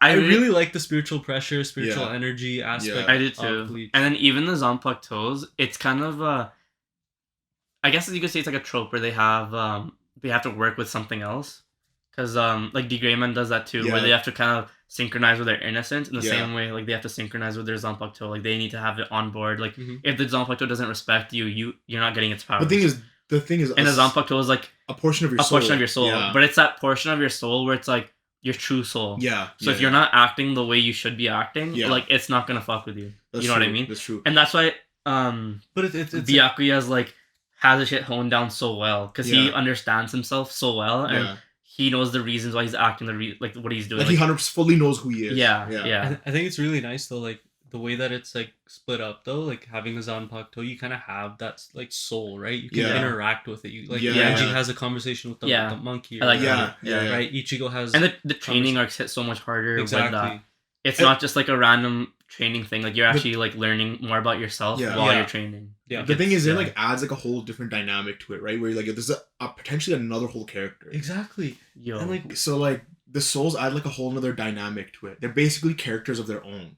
Yeah. And we don't really explore that in the manga, but in the anime when they have the whole rebellion. we'll talk about that. no, We I can- feel like let's talk you- about that I about the feel like you- comparison to the anime. I feel like you get it though, particularly little with bit. Ichigo, and because and- Ichigo's Zanpakuto, Yeah, like Zangetsu. Zangetsu. Zangetsu, Because you're following his and then- growth, right? Yeah. Because you have the white Zangetsu and then you have Zangetsu, right? Yeah. So you have this like weird aspect of which one's like the real one. That's or, true. Like, Right, what's going right. on, and like the way that each of them are like explaining what's happening, the way Ichigo's feeling. Like, And I like- love the way that. Or actually, I'll let you finish. what, but- like when he goes into his internal world and like it's raining and they're like, "Yo, bro, Yeah. like, you're fucking with us, bro. What No. are you doing?" Yeah. and when he goes into his inner world and he's talking to the white Zangetsu, Mm-hmm. his whole like the way he's fighting, and then he's like it's so different from the way Ichigo fights. Yeah. But also when he's talking about like Because what's the difference between a king and a horse, Yeah. and his whole like I guess monologue about that. Yeah. Like I've always fucked with that like so hard. bro, And that instinct thing, like it goes back to like Kenpachi, Yeah. right? yeah, Like how Kenpachi fights. Yeah. And I guess I don't And know they how they bring I up was- instinct, like the Quincy's even bring up instinct. Like they So- bring it up a lot where even Ginjo brings it up during the Fullbringer arc where like Yeah. is Ichigo fighting out of instinct, like how like because his fighting ability just like come back so quick, and he's Yeah. able to, and he's like even though he hasn't been like fighting for 2 Fighting, years or yeah. something, it took 2 like it 2 was years, a yeah, 1.5 or 2 year break. yeah, Mhm. no, so it's just crazy, But then when they merged the two of them, yeah, bro, That's crazy. insane. yeah. Yeah. Yeah. They're the same I remember person. when I was watching it, Yeah. I was just like, oh my god, they're Yeah. fusing. Yeah. Yeah. Yeah. But no, like the But that on my random like power system note, yeah. it makes me like, is the final Getsuga Tensho like applicable to others? That's what I was Like- wondering about. Oh, Like, yeah, why was he yeah. able to do it just him? No, because I think Ishin also did it. Like, Ishin his Ishin dad- said he his learned, dad. yeah, he No, because his learned dad it. lost his powers too for a bit. No, no, right? no. So I think it was because he did it. Probably. No, the reason he It- lost his powers is because when he Oh, yeah. left to go be with his mom. Yeah. Mom, She was the only reason she was surviving is because he was containing the hollow. he was containing the hollow with his spiritual pressure, Yeah. but he couldn't become a soul reaper like until It like, took time after. to like regain his powers. regain That's the true. again. power. That's true. It wasn't until like Ichigo recently gained his powers again, Yeah. where because that hollow that was essentially attached to his mom Mhm. was attached to Ichigo, now. Ichigo, yeah. Yeah. Because Ichigo has his own spiritual pressure and he was containing it. Yeah. Yeah. Like because it got like once he got awakened with That's Rukia true. and stuff. That's true. That's true. Like that's when he decided like okay, I can actually like use my become a soul reaper again. Yeah. Yeah. And that's what like when I was first watching it, I was like, where has he been this whole time? yeah. Mhm, mhm. Right? Like because I guess the anime cuts off right at the end of Fullbringer arc, so you're Yeah. kind of like left with questions. But yeah. a bunch But of yeah, it answers. makes me wonder like, I think everyone can do that. if they just like actually sit down If they and were, like, Yeah. learn but from I, their but as a Zanpakuto. soul yeah. reaper, like you're not gonna No, of course, because then you lose Yeah. Yeah, And but especially then like- he got them back. And with all their conversations, like these Soul Reapers have been alive for like thousands of years, hundreds of years. Like they're not doing that for sure. they don't live the same way. Like human lives aren't the same. Yeah, but it just Right. makes me wonder, especially like in like the 1,000-year Blood War, why didn't one of them just say like, do it. Yeah. fuck it, And like, I yo, wish, we're like- losing. Let's Yeah. And just you know when we Yeah. see do my yo, final Exactly. whatever their 100%. and saying when is. we see like we could have Byakuya die, and before he died, go he into goes that. into, exactly. Yeah. Or even like when Hitsugaya, like Toshiro goes into his adult form. Yeah. That could That have could been have been it. something, That's true. right.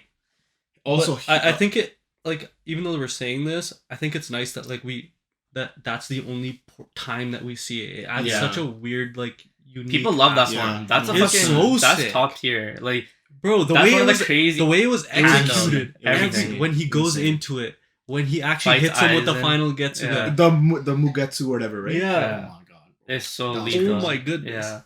Like everything encompassing that form was just crazy. His fight with Zangetsu. And Yeah. like it's not Underwater some, and everything, it's not and- some bullshit like power up because it actually Yeah. came with stakes. Yeah. Yeah. He Yeah. lost his No, Soul Reaper And that's powers. yeah. another thing I wanted to talk about with the training arcs is that every time they've had a training arc, the stakes have always been high where he needs to beat this training Yeah. Yeah. or they lose. Yeah, that's true. Yeah. And it's also the stakes have always been high, like every time. And that's what I like about it because it's like it's not just a training arc where you're like, okay, this like obviously everyone likes training arcs because you get to see like Right. somebody grow. Yeah. But there's a little bit of is it like immediately like they need to like I don't know what it is like, Urgency? urgency. There's an Yeah. urgency to it, Yeah. and like so you're actually like you're more excited to see where it's gonna Where go. it's gonna go? Yeah, that's Yeah. true. Yeah. Um Anybody else have more points But on yeah, the power system? for power system, yeah, like the Quincy's and their like, I guess release Their forms heavenly too. forms. Yeah, that was the heavenly sick forms. too. Yeah. I like the way they look, but I kind of wish they took more time to explain how they were able to kind of get it. Like just have more like have Uri, when Uryu does his antithesis thing, Right. have him go into that form and kind of we could have maybe even followed his journey up to how he Got that. got that form. release and Yeah, everything. You know what I exactly. mean? Because everyone else has been around that army for like thousands of years because they've been slowly building Yeah. up that army. So So he was the only one that just recently got that power. So the thing that I wanted to say about the whole Quincy thing is they introduced Quincy's as humans who yeah. can use spiritual energy. At the Yeah. beginning of the Yeah, show? as the beginning of the manga. yeah. So like, they're all just humans who can use spiritual energy. So couldn't you just teach another human spiritual energy and they become a Quincy? You could, I think so. But then that's where they made the. But doesn't it kind of? But then they start talking about full bred and half breeds Yeah. for Quincy's. Yeah. Because But I think what? it's No, but what is? because like- if you think about it, like you need to have a predisposition for spiritual Yeah. energy. Yeah. Like Tatsuki was able to see shit like that, so Yeah. maybe she can She could become a Quincy. or even like a soul A reaper or full bringer. something Yeah. in some way. But it's like you can't just teach like Keigo or some random dude like because they can't see that shit. Like they won't be able to, you know. Yeah. But like they I literally think they just got said affected by Ichigo's 100%. Yeah. spiritual No, Yeah. yeah. energy, though. But no, because they literally just said they were a group of humans that learned how to fight hollows. And Yeah. you're like, okay, then any human could learn But this. but technique, then they do right? they do But if you think about they it, do it's the a backstory. clan, though, right? They do a backstory of Yawatch where Yeah. he was the first Quincy essentially, Yeah. and everyone that's come has a portion of his power, Yeah. right? It's just been trickled down. That's true. So it's Um, kind of like a Yeah, is yeah. it like what is it like a Noah thing or whatever? No, Like, It's it's a cl- like it's he was like the a first human type Yeah. deal. Yeah. Yeah. It's like a clan Like, thing. everyone it's has a exclusive. DNA. It's exclusive. Right? Yeah. Like, Yeah. but it's just like a widespread network where Right. Yeah. it essentially like you could be like 99% human or like a 1% Quincy And then- and you'd be able to like tap Yeah, into it a bit. Another thing I want to talk about was like the Arankars, their like resurrection forms. Mhm. Yeah. Every time that they went into the resurrection form, Yeah. they would say like The drink or like Oh, yeah, I swallow like that, yeah. or like growl But that's or whatever. But that's the same way that Soul Reapers. By the kinda way, do. That's so we didn't I'm even getting say there. it, bro. Bankai. Yeah. Like, Oh, how yeah, I love that. iconic- Yeah. Yeah. How Fire. iconic. Yo, that just Fire. just the Fire. bubble that just says Just comes up. Yo, on even- high. You're and like, geez. I think Louis. even yo the way he does it in the manga too, where he leaves a panel of black Yeah. and it's just Yeah. like Bon Kai. Kai, Yeah. and you just and then it's just so crazy every And time like it hits. it's crazy every time it hits. because we got so lucky in the 1,000-Year Blood War because it's just like Bankai next time Bankai. Bankai Yeah. Bankai. And we're seeing I feel like fan such service wise, sick Bankai, That's true. bro. That's The true. insane, bro. In 1,000-Year Blood War, Shinsui's Bankai was Yeah. fucking Crazy. amazing. When I was reading Crap. it, Oh my I was crap. like, holy fuck. Yeah. We no get wonder to he Ura- never uses it. Yeah. Exactly. You know? And then Like, we it's- get to Urahara's Bankai, and I was like, it's even more cracked. it's so fucking his yeah. Bankai is so Perfect for him. broken, but Yeah. perfect for him. Yeah. It is. Like, it is. I don't think people actually realize how broken that Bankai is Yeah. because he can Just- deconstruct and reconstruct Anything. anything. But Yeah. it's so perfect for him because he literally, when he's fighting Yami, when Yami pulls up to Katakura Town the first time with Ukiura, Yeah. and he hits him with like a Sero, he like he stops the Sero, Yeah. and he's like, "How did you stop my Sero?" He's like, "Bro, I just reconstructed Yeah. your ratio. I was gonna and say, figured it out, so and I just canceled barely- out the same no, spiritual like, pressure." yeah, and I'm like, yeah. "Wow." No, because he's just Crazy. some smart ass motherfucking Yeah, guy, bro. yeah. No, and early on, like when they're doing Ichigo's initial training to Mhm. regain his Soul Reaper powers, Yeah, like to he go did- into Soul Side Yard, That's true. he's talking to Renji or something, and he's just like, or I forgot who it was. No, it's Chad it's, or someone. It's Renji training with Chad. Yeah, And Renji's like, why do I have to train him? Yeah, Bankai? and Why can't I he's- use your and your he's like, Bankai?" my Bankai's not meant for this. Yeah. But he name drops like Benihime, Mm-hmm. and you don't hear Benihime again until the Quincy arc. No, he No, says scream He Benihime says screech a a lot. lot. Does he? Or scream or screech. Screech. Yeah. Something Maybe like like that. once during like the eyes and stuff. Because that's No, his no, like like, that's he his very- does it Getsuga. like- That's his Getsuga. Yeah, literally. Is it? Yeah, the red, the no. like. Okay. But no, what I was saying with the whole like what they say screech or growl Yeah. or whatever, Yeah. it's the same thing that they say when their Zanpakutos go into their what's Shikai? Shikai. Mm. So that's why I always had this theory that the resurrection forms is just their Shikai state, that they have a Bankai state above that nobody ever achieved. That Ukiura achieved? Yeah, Ukiura, yeah, that Ukiura Ukiura achieved it. technically achieved. Yeah, That's what I was saying. 'Cause, Like, I they mean, were only 'cause ever they- in their Shikai state. yeah, I can see that. Yeah.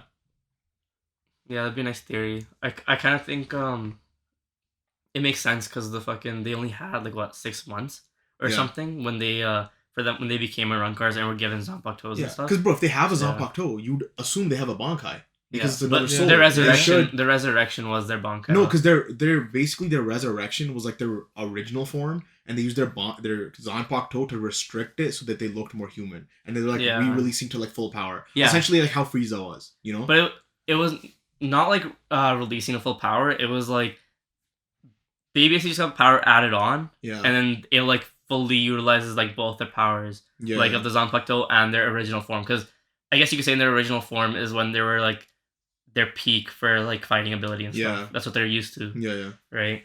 I think what he did was he meshed Shikai and Bankai together for the Arankars because they were already so strong in their base forms. Yeah. When they like were powered up by the Hogyoku and stuff. That's so. true.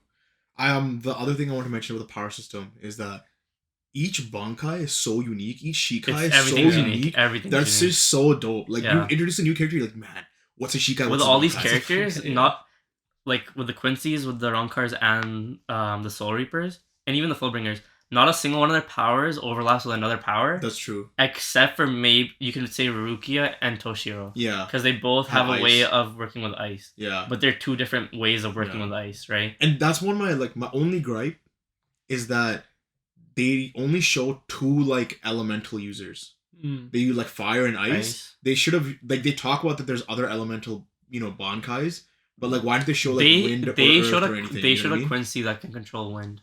But it's not a Bankai. I was talking about Yeah, specifically but they still Bankais, showed the you know? element in a way where, but his wind was like, I can basically like, stop anything, redirect anything that's gonna hit me. Yeah. So people would pierce him with a sword, but the blades would just bend Yeah. because like it was like a play on wind. Yeah, Like, it was an actual it wasn't wind. actually wind. Yeah. And then the other thing is, when Yamamoto fights, Wonder Ice. Yeah. And his sword gets sealed. Like it's like magma and shit. No, his sword gets sealed, right? He can't Yeah. use his fire powers anymore. Yeah. Mm-hmm. He starts throwing hands. Bro. Yeah. Yeah. And we don't see like that's a whole different power because Yeah. he literally is using a martial art, and then he goes into the stance, Yeah. does Hits does him. like a kind Yeah. of like a fighter stance, hits him, and buddy just explodes. And you're like, what the fuck did he just do? Because Yeah. it wasn't like a Shikai or anything, right? Yeah, and it yeah. wasn't Keto, which we didn't touch on at all, Oh yeah, keto. right? Completely. Yeah. But like this martial art style, I wish they had expanded it and like there was Yeah. somebody else Did in the more. verse that could have used it other than Yeah. him. You know what I mean? But yeah, going to True. Keto though. Yeah. Keto's insane. Like I feel like they didn't go in depth into keto enough, Yeah, but there was over 100 different ketos yeah, that you can use, and they were saying like the 'Cause ones you from only saw, 90 like- and above are almost forbidden. Yeah. We only And saw they're like just 3 so people broken. mainly use those. It was Aizen, Urahara, Anyone and with skillful. Rukia. no, And Byakuya.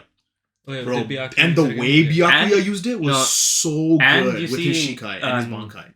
Nanao do it too, because she never had her Zanpakuto, Okay. because And- Shunsui always had it. And also, you see Hinamori.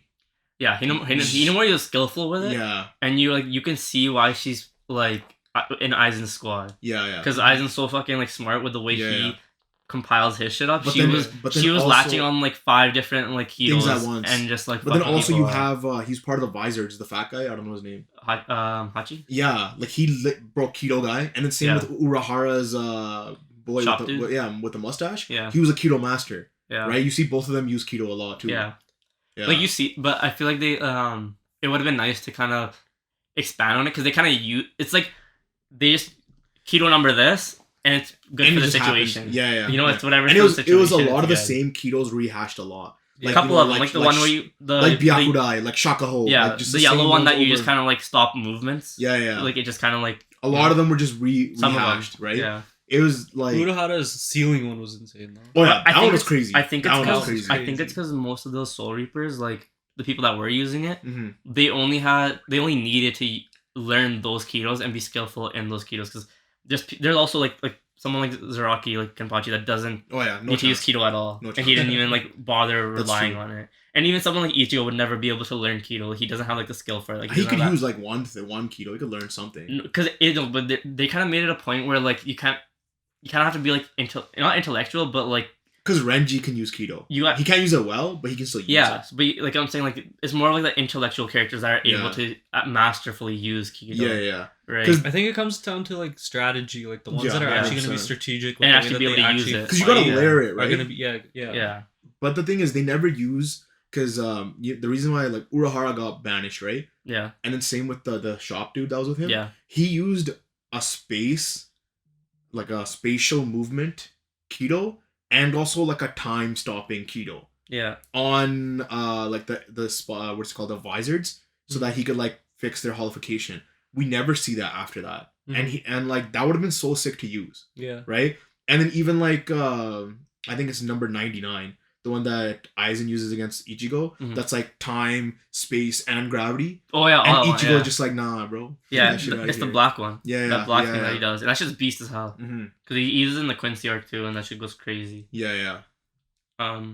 Yeah, I think the power system, if anything, he could have fleshed it out better, Yeah. a little bit more. But what he created was already like very So unique sick. and It was very already sick good, in its yeah. own Yeah, like yeah. way. And like the sickest thing, like they have their flash step, right? Yeah, The Each person had their Arankars had own way. their Sonitos, right? yeah. The Quincy's had their Huracan, Whatever their it's shit is, called. and then Fullbringers had their own thing. Exactly, like Yeah. everyone had their different ways of movement, which is really Movement. dope. Yeah. Yeah. It wasn't just the same thing. Not everyone learned the same techniques. Yeah. Yeah. Fourth point.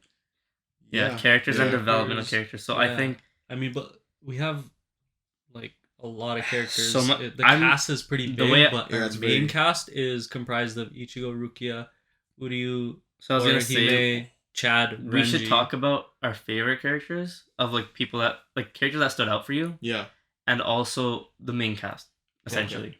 We didn't Right. touch on, in terms of power, we didn't touch on Chad's powers and Orihime's powers. Yeah, those need to be explained too. But that's what I'm saying. Like, if anything in the power system, all they could really do is explain more shit of why, like, because Chad felt more like a hollow. Yeah. We never actually like got to understand like what his powers were, Right. and But even thing is, Orihime, like she's Orihime's so powers- unique. No, but her powers, like, and this is like A regression of like things. it's but not, has to do with her powers, but it also has to do with like writing issue. yeah, Mhm. She essentially became the Dragon Balls. yeah, Well, yeah. Ichigo died twice. She's like, Yeah. nah, come back. Yeah. You're rezzed. You know what I Yeah. mean? So like she became like this. If she's around, she can literally just res anybody. But I guess where they kind of made it not as broken was that she's essentially really weak, where she can Yeah. only pull it off depending on No, like and that's why she wasn't in the last arc. yeah. Is because she would have like just rezzed everybody, and you're like, I mean, okay. she was there fighting Yawatch with Ichigo, but she couldn't do anything though, just because she can't stop the future. Mhm. She can only like do a regression of the present, or like I don't know. turn time back to the past. That's not her power. Like it's a regression of phenomena, right? Yeah, like she can no, she But it can has to be- reject whatever happened. Like Yeah, she's basically But reality warping. what I'm bro. saying is like in the way that reject what happened is like it's something that did happen because it's Yeah, something in the something that's future. gonna She happen. couldn't Yeah. like reject it because it hadn't happened yet Yeah. in some way. Yeah. Right. I think we should start with Ichigo In terms of in terms of the character and his Yeah. development. Um, And it's kind of like the quote that I was talking about, where it kind of goes into his character, where he's talking about like Rukia made it so it doesn't rain anymore. Yeah. Like that parallel to the beginning. I really like that first character. I mean, as a character, like I said, he's kind of a passive sort of character. Like Yeah. because of that, like I mean, it's not just him. Like it kind of kind of spreads throughout the cast. Like nobody's really motivated to do anything. Really, it's Yeah, and like what's happening. other than what's happening. Like Yeah. It also seems like there's like a grand scheme of things, and they're just happen to be there though. Because it seemed the way Aizen's plot was moving had nothing to do with the main character. The way Yawatch's plan was moving, nothing to do with the main character. And then you can say the Fullbringer arc had to do with just because he became a Deputy Soul Reaper. Yeah. But either way, like those plots were being moved regardless. Like Aizen was still working on that shit like 100 years ago or whatever, and he was working on his experiments and shit. Ginjo was working on his shit in the Fullbringer arc ever since he came back to the living world, and he started finding these Fullbringers. Yeah. And he was gonna wait until he found the next Soul Reaper, like Deputy Soul Reaper. So these were plots being moved forward that like these guys just happen to be part of. You know what I mean? Yeah. With Ichigo's character though, I guess an upside of him, not having like just being this constant character, I think it was Rukia that mentions it afterwards in the Arrancar arc, where it was his ability to stay constant. Yeah. Or yeah, it was in the Fullbringer arc actually, when he kind of gets his powers back and stuff. Mm-hmm. She was kind of just like his ability to stay constant is what actually changed the Soul Society, because Yeah. they had thousands of years of traditions, Yeah. and them stabbing Ichigo again with their powers to It's something that changed bring him it. back. Yeah. It changed it, right? Yeah. So, and that's kind of like, I guess you could kind of say how Luffy is as a character too, where he's constant in terms of like his character growth isn't like it's power based. It's not really personality based. Yeah. And because he changes the world around him, so in the But same he stays way, the same. Like he's still like Luffy this free. yeah. And Ichigo, I like get that. they mentioned the same where he's like the same person. It's just obviously in the Fullbringer arc, he kind of like is down in the dumps and shit, But the thing is like, and just sad because like Luffy, like the One Piece world allows for Luffy to be like this, like that. In Bleach, I feel like Ichigo should have grown way more than he did, bro. For sure. He like again, I'm like going back maturity-wise. 100%, bro. This Yeah. guy, like, that's what I'm saying. Like, he was scared of his visor for his Yeah. like hollow form. Yeah. Okay, he masters it. Now you shouldn't be like scared of it again. Yeah. Get scared of it again. And I'm like, okay, all right, sure. Then he's good. He loses his powers, right? He didn't he didn't master it. You're saying he mastered it? He was able like his to visor. He was able to wear it for like 10 seconds, 12 seconds. No, but then like You know? up until But it like increased. and and he wasn't gradually scared of it So anymore. It started Like, at like 4 seconds and it went up to 12 seconds. and then eventually he was able to like when he's fighting Ukiura, he's like at the peak or whatever shit is at. Yeah. And then he goes into his hollow form. But and he's scared of it again. But that makes sense because he's always wanted to protect his friends, and he fucking murks out Uryu. Yeah. So now he's hurting his friends. No, that's true. And I don't. But it's remember, like I feel like he should have like understood. I don't remember if it was in the anime or if it was in the manga, but I think he was about to hit Orihime too or something, or maybe it's Uryu. He's about to hit Uryu, and then Ukiura pulls up to stop him. Yeah, it was right. Uryu. He's about to Sero him. Yeah. So like the fact that he was willing to do that to his like one of his best friends. But it was all just like the driving force was to protect Orihime. I know. Yeah. But what I'm saying is it makes sense why he feared it again. Yeah. Alright. And then during the fucking Fullbringer arc, I was like, man, like fuck this guy. Like straight up, yeah. I was like, bro, like you, like I'm like, bro, you fucking roamed, like you fucking crybaby. No, dude, yo, he's like, no, because I was like, bro, he had everything stripped away from him. His family, his friends, they were all stripped away from him. His power at the end of it was then again stripped away from him. To me, if anything, out of all the arcs, the Fullbringer arc is the only 10 out of 10 arc in Bleach. What? Yeah.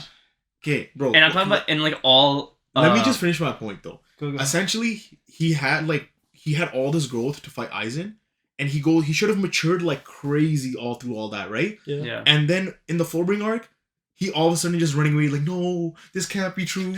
Let me just run away. Well, and I'm like, bro, what? He's just a human. But at that point, all that maturity just kind of went out the window. He's like, yo, no, this can't be. And I'm like, it literally was like that. That kind of comes down to a writing issue with how you're gonna write the characters, because he only has one goal and one Yeah, thing, yeah. right? That's if he more about his only has goal. one Yeah. goal and one motivation is Yeah. to protect and save his friends, Yeah.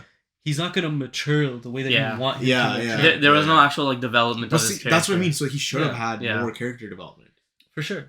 No, I agree feel with like that kind of comes down to like a lot of characters. It's not just Yeah, Ichigo not that just Ichigo. suffers That's from the true. character That's development true. Yeah. side, because we have so many characters that are introduced in Bleach. Yeah. Yeah.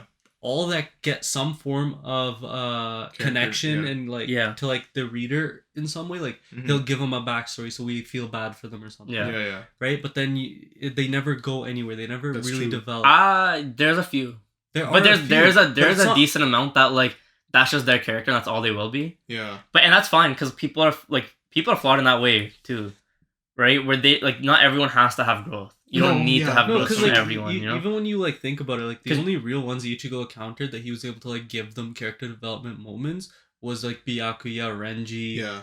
Or you. Uryu. Chad. Orihime. Yeah. Or Hime. Orihime had a lot of growth. Yeah, in my she had a opinion. lot of growth. Yeah. I don't know if Chad had a lot of growth. Yeah. He kind of just. Chad had a He kinda deep- stayed- in the Chad- beginning. he In kinda- the Chad had beginning, a when the first he had movie, more. yeah. He had But then more he growth stayed in the the same beginning. Yeah. after After that. that, he did. He did. And then you could say Aizen had some growth, Yeah. but we don't know what he did after everything. Yeah. So yeah. like we don't know. There's a I lot can't of say. yeah. Just one thing I want to say about like I guess characters, just the characters in general. Yeah.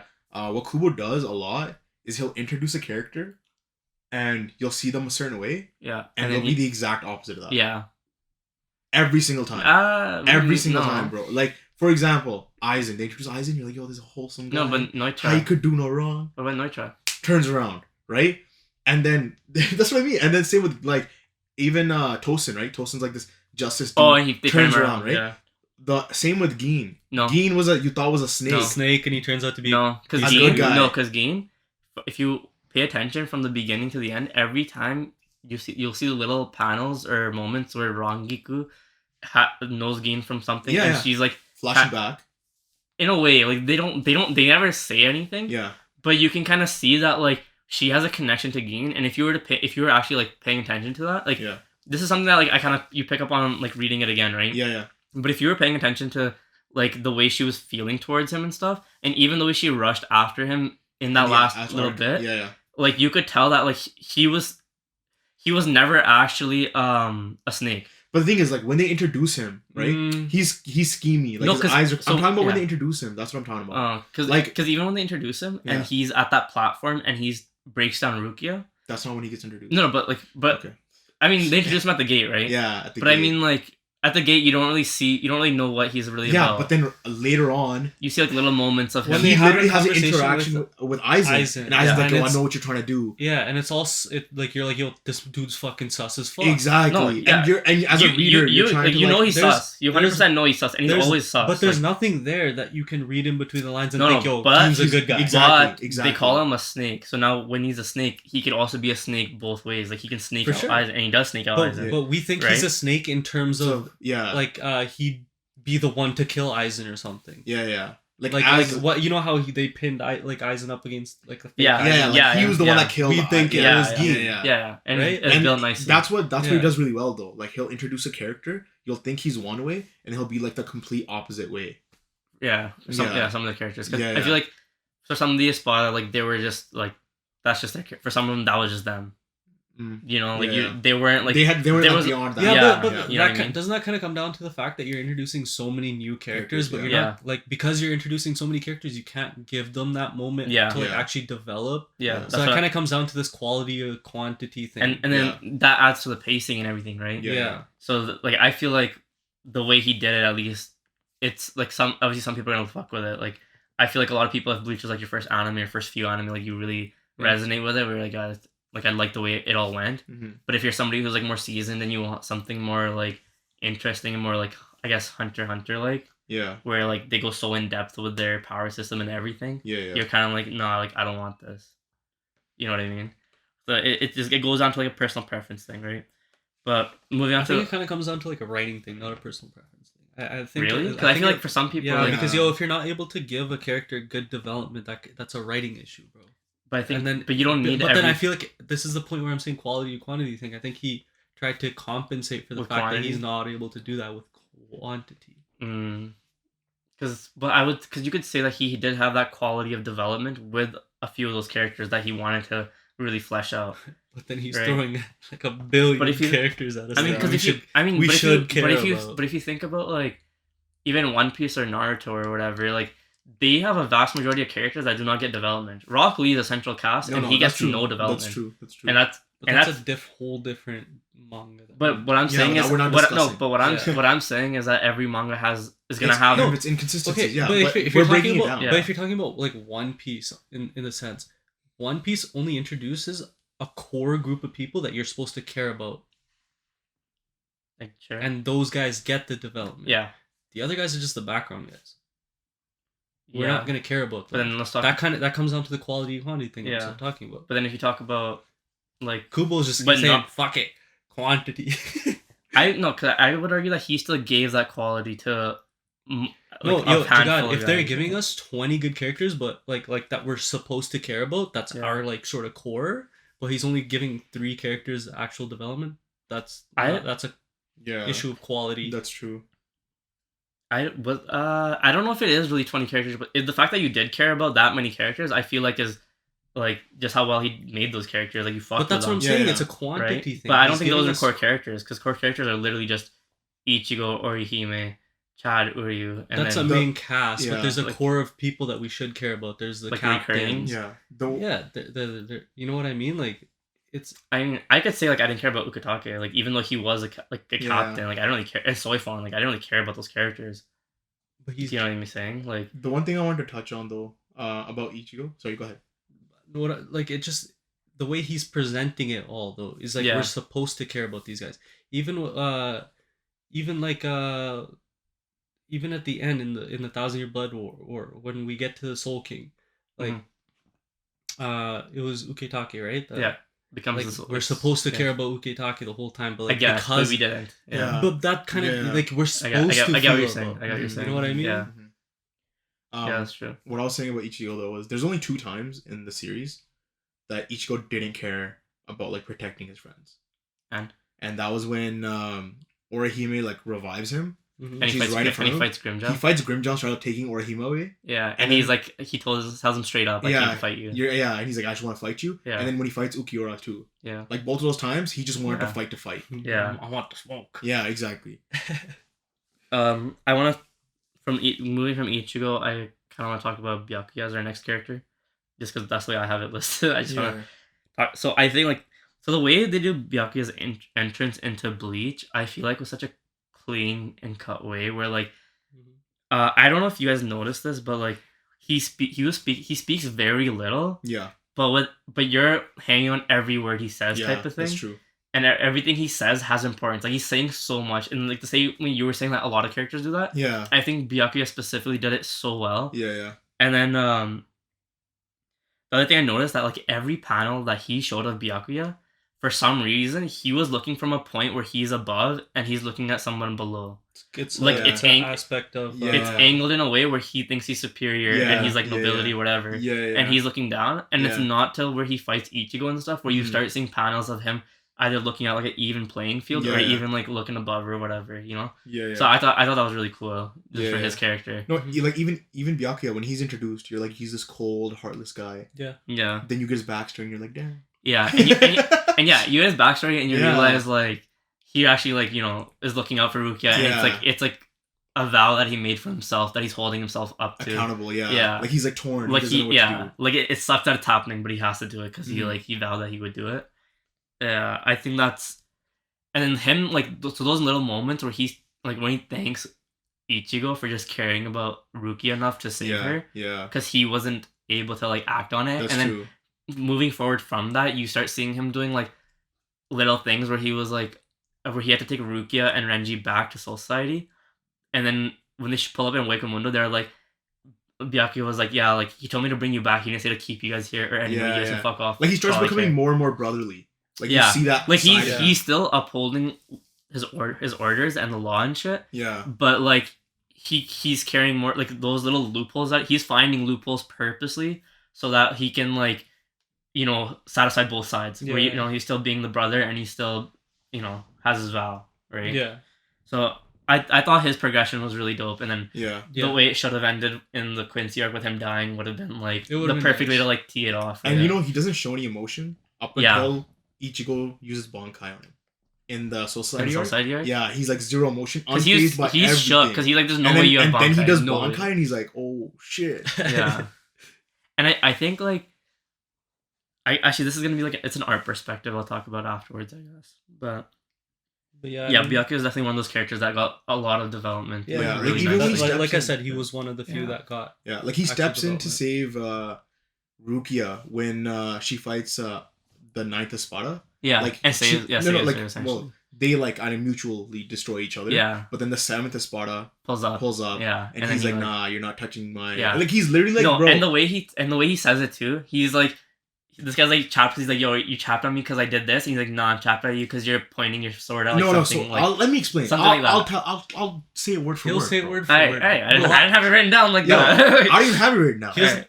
memory. Yo, Alright. essentially, the guy was like, bro, like, who are you to say that Shinigamis are good and like, Hollows are bad. Hollows are bad? Yeah. Like, what gives you the right to be the one to like destroy me and shit? And he's like, you're right. It doesn't give me any right. But you pointed your blade at what's most precious to me. Yeah. And he's like, that's why I killed you. Yeah. And you're like, damn, this guy's a monster. Yeah. Damn. Like, Yeah. yeah, but you get those little moments of him, you know, and you're just Yeah. like, and that's enough to like where you're like, fuck, Yeah. like, This guy's hype. yeah. Yeah. And yo, the And other even- thing about him too, sorry, yeah, like, is yo, this guy when he does his Bankai, he just drops his sword, Yeah. bro. Yeah. He's like, yo, you're done. Yeah. Like, It's like a mic drop. Mic drop. It's a yeah, mic literally drop. a mic drop. He's like, yo, you're not even ready. No, and then in the Fullbringer arc, when he fights Tsukishima, Yeah. I thought like that was Oh. such a great pairing of these two characters. Like Yeah. Tsukishima's essentially was a character that nobody can really fight in the way that he inserts himself into your Their past. life. Yeah. But with the way Byakuya is like held up, even if you were like with like the law or whatever he's holding himself accountable for, regardless of who you are in his past, Yeah. you know, he's still gonna like he's gonna fuck you up. And you can see that the way like he was ready to execute Rukia, right? Yeah. So it didn't even matter. And it was Yeah. like same thing, the perfect matchup type of thing. Yeah. No. But they're Yeah. such very similar characters in the design and stuff, and like so like you needed to see that happen as like a Bleach fan, I think. Like just watching it. The sickest thing about that fight though was that like he had inserted his like himself into Byakuya's past, right? Yeah. Because he did that, he knew all of Byakuya's move. Yeah. So Byakuya had to grow mid Yeah, fight. mid fight. And that's the And- first time you see that. Yeah, and you never see that. And then Yeah. after the fight, he's like, bro, I fully enjoyed that fight. Yeah. Like he was never a guy that would have a fight and be like, Yeah. yo, this is sick. And he was, and that's something like you see the influence that Ichigo kind of had on him when he Yeah. was like, wow, like I actually enjoyed this. But I don't know if that's I think that's just everyone in general. Because you could talk about like Ichigo's influence came from Kenpachi's influence. You know what I mean? Like Yeah. Kenpachi's influence of loving battle rubbed off on Ichigo, which then rubbed off on Byakuya. I don't think Kenpachi's rubbed off on Ichigo though. I don't think, it it worked did. like that. I think it did. Because though. he only fought Kenpachi like the one time. Yeah. Never fought him again after that, and his goal the whole time was always to. But I'm saying save it rubbed Rukia. off on him when he fought Grimjaw, when he fought. I think that Ukura. was more like they were mentioning it was more like the hollow in him I don't think so. that was giving him that instinct because hollows need to continually fight Yeah. and they're always like trying to fight like battle crazy in a sense where they're because Hollows- they're gonna revert Yeah, they need to continuously eat. so they need to so they Yeah. need to so they're constantly fighting right so Yeah. that's why they're mentioning it as more like the hollow instinct in him that was making him like relish in that. They don't say that though. But it's like that's where it's like kind of like hinting at. It's not hinting at like Because to Kenpachi me it was like, bro, because when he fought Kenpachi, Zangetsu was there, right? Like he appears out of nowhere, and he's like gives him that little like power up, Yeah. and then he saw like, yo, this is I would say, but like the way I see it's more far fetched to see that it's Kenpachi's influence. yeah. It's easier to see that it's a Hollow's influence, especially with him being Because in Los Angeles. even Byakuya fights with Kenpachi when they fight Yeah. against Yami. Yeah, Yeah, they so do, yeah. you could say it's Kenpachi's influence on Byakuya too. Like sure, sure. Like I guess and then I guess Urahara was another character that I wanted to Fantastic. talk character. about. Yeah, Such a well done character. Yeah, he He's like those characters that he- are introduced in manga that are just like already complete. Yeah. Like they've already had their character development Yeah. moments. They've Yeah. they've already had their training arcs. They've Mhm. already had everything. Their Yeah. fights, their battles, everything. So they're just there. They're observing. He's like the Shanks of this world. No, He's the I, Shanks. I wanted to say that he like if you take Urahara and you take Shunsui, put them together, Yeah. you got Gojo. That's That's where Gojo came from. Why? I'm pretty sure. Why would you have to put both of them together? Because the whole like Nanao-chan, like the whole Oh. like how he like Yeah. adores. Urahara, You know what I mean? Urahara does the same thing though. He does. With Yoruichi. Ah, yeah, He's always there you doing go some then. fuck There you shit. go, It's there you go, Urahara's yeah. just like I didn't even take that in. yeah, You're right, like you're Gojo, right. Urahara, and Shanks are like those type of characters where like you know they're strong as fuck and like they're smart in Yeah. what they're doing, But they just but they're goofing off Yeah. and doing their shit. yeah. You know, like They're there. They've already accomplished everything. So Yeah. they're trying to move like everybody they're else just yeah, forward. they're moving like the other pieces. Yeah. Yeah. Because like when you think about it, like we never saw Urahara actually try until The Quincy that was- arc. yeah. Quincy arc. Yeah. Yeah. Like how insane the fight of him Yeah. and Aizen could have Yeah, Could have been. that would have been crazy. If we got that, that would have been been. sick. So yo, imagine But- Urahara just goes. And then Bankai. there's that thing where like, and then the other thing, the other, yeah, yeah, just do that one time in the mic. Do that Nah. one time in the mic. Let's rid of my ear real quick. But no, I think it was a nice point that they made where Aizen and Kurotsuchi both were striving to become better than Urahara. 'Cause Urahara, yeah. he was like their goal that they were trying to like best. Yeah. You know what I Yeah. mean?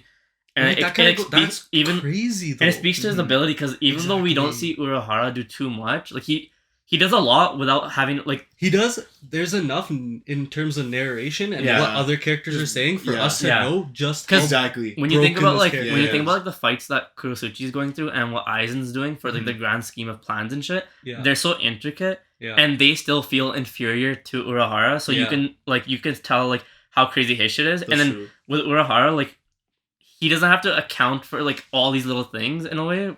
He like in a roundabout way, he's like, okay, yeah, like I just gotta if this happens, I got this. Like it's like like Yeah. and then in the Quincy arc is when you notice that he accounts for everything. everything. Yeah. Literally, he's like, Yeah. if you account for every single possibility, when that possibility happens, it's already accounted for. It doesn't matter. Yeah. Such a great Which character. is so, and he's like, that's just how I am. Like, I account for every possibility, yeah. which is fucking crack. Yeah.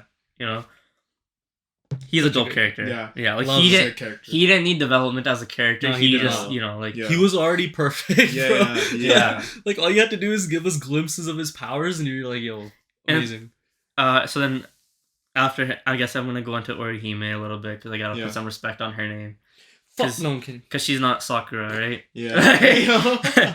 So for me, like she kind of breaks that trope of a helpless girl a little bit, considering like when Bleach came out, Yeah. and like I feel like every anime in that kind of era, like the girl like doesn't, you don't really necessarily have strong girls, Strong female characters. right? Yeah. And she wasn't strong in the sense like physically strong. She was strong mentally and emotionally. Yeah. Because when you see Yeah. her talk to Rangiku about like before she eventually The bathtub leaves. scene? Yeah, the bathtub scene. Yeah, you Yeah. remember it well. Yeah. Yeah. This So- guy's like, you all got a screenshot. So like when they're talking, like even Rangiku mentions how like she confronts her feelings. She doesn't just run away. She doesn't shove it Yeah. away, like how most people would. Yeah. Like and the reason why she's like crying and like just so pissed at herself is because she's actually confronting those Yeah. feelings. No, because she's a very blunt person. That's Yeah. what we see. Like, Orihime is just But a then blunt person. and then later when like her choice to leave was like a very like I guess strong move, the way the Rukia decided to leave too. Yeah. Where like Orihime was like, fuck it, I'll just leave because I don't want anyone being hurt. Yeah. And then you see her growth into like when she's in that cage, like she doesn't necessarily have hope really. Yeah. And Ukira's trying to play with her in like Mhm. his mind, Yeah. but the what stuff that she's saying is actually changing how Ukiyora's thinking about shit. Yeah. And so it just goes to show how like it was kind of like mirroring that Gin and Rukia situation, but it wasn't the same thing. Yeah. Right? Yeah. And then afterwards when Ichigo kind of dies and turns into a Vasto Lord, before he turns into a Vasto Lord, Bro. like That was crazy. Orihime has like a mental breakdown. Yeah. That part And was you insane. never see like you don't Yeah. in the way you saw it. 100%. Like she's like, what the fuck do I do? This isn't right. I don't know what Yeah, to do. Like she's yeah. actually freaking out. Yeah. And then she's like screaming out for him to like protect her or whatever. Yeah. And then that he like that's when he comes back, right? Yeah. Mhm. Yeah. And I like that whole progress of her character. I was just like, I was kind of like astounded. You know what I mean? Like, Yeah. Yeah. No, and it goes like hand in hand with her power. Like her power is like where she rejects things. yeah, She essentially does like rejects some like norms right? She Yeah. she rejects everything. She's like, I'm gonna do it my way. Like even when the two espadas like beat the shit out of her, And she saves them. she and literally then- brings and one then- back to life. She's And like, then "Nah, you're and then good." they call her a monster. Yeah. But it's not because of her strength. It's because like her like physical strength. It's Yeah. because of her mental strength. Yeah. Like the way she was like able to take that beating and still be like, you know what, it's fine. I'll still save you. Yeah. At the end of the day, Exactly. right? And I was just like, yo, that's so. And then also she has like those inner inner monologues or whatever they're called, the conversation she has, like where she observes something and just like talks herself through it. Yeah. And I like the way she does it though. Like I'm not like sitting there like I hate seeing screen time with Orihime. I enjoy those moments where she's observing, mainly she's observing Ichigo and the way he's acting. Yeah. But even like other characters, like the way like things are going down, like I really like the way it's happening through her eyes. You know she narrates a lot. Yeah. Of Bleach. Yeah. Like you don't see Ichigo narrate anytime. No, never. You see Uryu sometimes, but it's actually like Orihime, especially during the Aranka arc. She's the one like in the beginning of every chapter, the poem. Yeah. She's the one saying those poems, or she's the one like.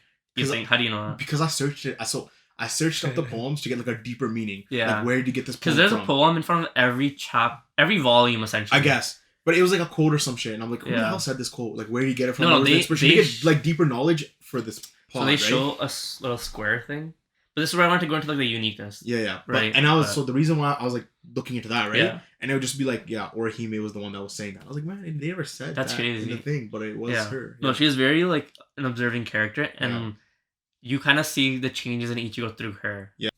The point I was making with Ichigo, when you see him turn into a hollow, obviously his fans are like this is sick and shit, right? But from her, you notice like fear. Yeah. Because she's like noticing like changes in his like demeanor and like spiritual pressure and stuff, right? Like she's kind of like, so you're seeing like the other side of things. Because it doesn't feel like Ichigo. Yeah. And you don't notice that as a viewer because you're kind of just like, this is just raw. Like, this is sick, right? But you don't notice. She's noticing like the actual changes. That's like true. what's happening to Ichigo. Yeah. And even when like Ichigo's not really himself, like when he was scared of the hollow, and when the Floodbringer arc where he like lost his powers, she's noticing like just how like fragile he is essentially.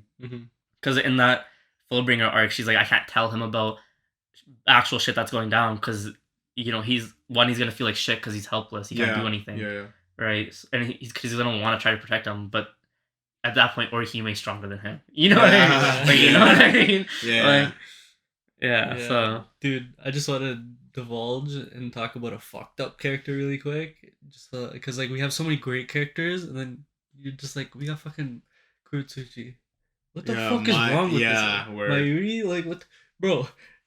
Kubo cooked up the most fucked up good character. Yeah. Like he's the perfect mad scientist. Bro, he was fucked. The way that he was treating the girl and like everything, like his daughter. His Nemu? daughter, like, yeah, Nemu. Bro. No, and like the experiments he did on the like Quincy's and everything, like that was fucked. It's so bro. fucked. And like he's but yo, he I felt so weird like when like especially with like his daughter stuff and like I was reading it, I was like, bro, what's happening right now? Please get me out. He perfectly embodies though the Japanese term of wabi sabi, which is there's beauty in imperfection. Wait, guess. Take a guess. Beauty and imperfection. Are you talking about the beauty guy? Or are you talking about Kurotsuchi? Kurotsuchi, bro. Yeah. You guys not even paying attention to the podcast. This guy's disrespectful. I was reading through the thing. Because you have the whole interaction with him and Xylopero, and he's like, yo, why would you want to be perfect? Perfection is the end goal, but that's boring. Yeah. Like, I don't want to be perfect. Like imperfection is where the beauty lies. Like scientists should strive for perfection, but never achieve it. Yeah. Because that means like you can't get better than that, right? Which and then it's crazy because when it comes back into the Quincy arc, Kurotsuchi, Nemu was like his perfection. Yeah. And he starts falling into that trap of where he thought he perfected something. Yeah. And then when she dies, you have like Silas Opera come back in like a mental image and be like, you're falling into your own trap. Weren't you the one that told me that you should never reach perfection? Exactly. So isn't her failure actually a good thing? Yeah. So it was just like, and it's like, if he hadn't come back and done that, you as a reader would have been like, that's whack, because you would have been like, Kubo forgot his own character. Yeah. In a way, because you could have been like, like she's a perfected character where she's growing and all this, and like you even had those other characters be like, the best thing he could achieve as a Soul Reaper is creating another Soul Reaper from like nothing Yeah, and yeah. like a fully Like a grown homunculus kind of, type right? of thing. Yeah, Yeah, He he's created a his own soul. fucked up Yeah. character. Yeah, bro. he Kurosuji is. is fucked up. I mean, for he was in sure. jail before, right? Yeah. And But then he- Urahara saved yeah, him and yeah. shit. But yeah, he's definitely a fucked up character. Fucking And it's nice because you see like dude. such very dark stuff through Kurosuchi. Yo, because And, like, when he so would it's be on nice, screen you know? and he'd be doing some weird shit, like his like particularly with the daughters, so I was like, Yeah. man, please. I kind of want to talk about Tatsuki. We got to talk about Rukia, bro. Fuck, Fuck Tatsuki. I want to do like Who a the fuck real is a brief. Tatsuki, bro? I want to do Yeah. a brief conversation about Tatsuki because Okay, go ahead. Loki, she's like one of my favorite side characters. Yeah. Like maybe not in Bleach, like just in like in Not general. Khan? Huh? You don't like Khan? No. Khan? Not really. Not really. Fuck that guy.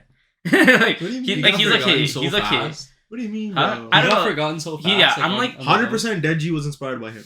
He's like, yo, he's so horned down and shit. Sometimes you're just like, bro, you're a stuffed doll. Leave me alone. Yeah. Like, I don't want this. the- Right? Bro, it's Like- like I'm like sometimes you're tired of him as a character, you know. Yeah, But okay, fair enough. Tatsuki, like, I really liked her character because one is like she's a strong female character that's Yeah. not relevant to the actual like story and stuff. Mhm. She's just a side character that was friends with like Ichigo. Yeah. But you're also like seeing her notice Ichigo's changes and how like everyone's kind of straying further away from her, and Yeah. you're getting those moments with her. And even though she's just a side character, like yeah.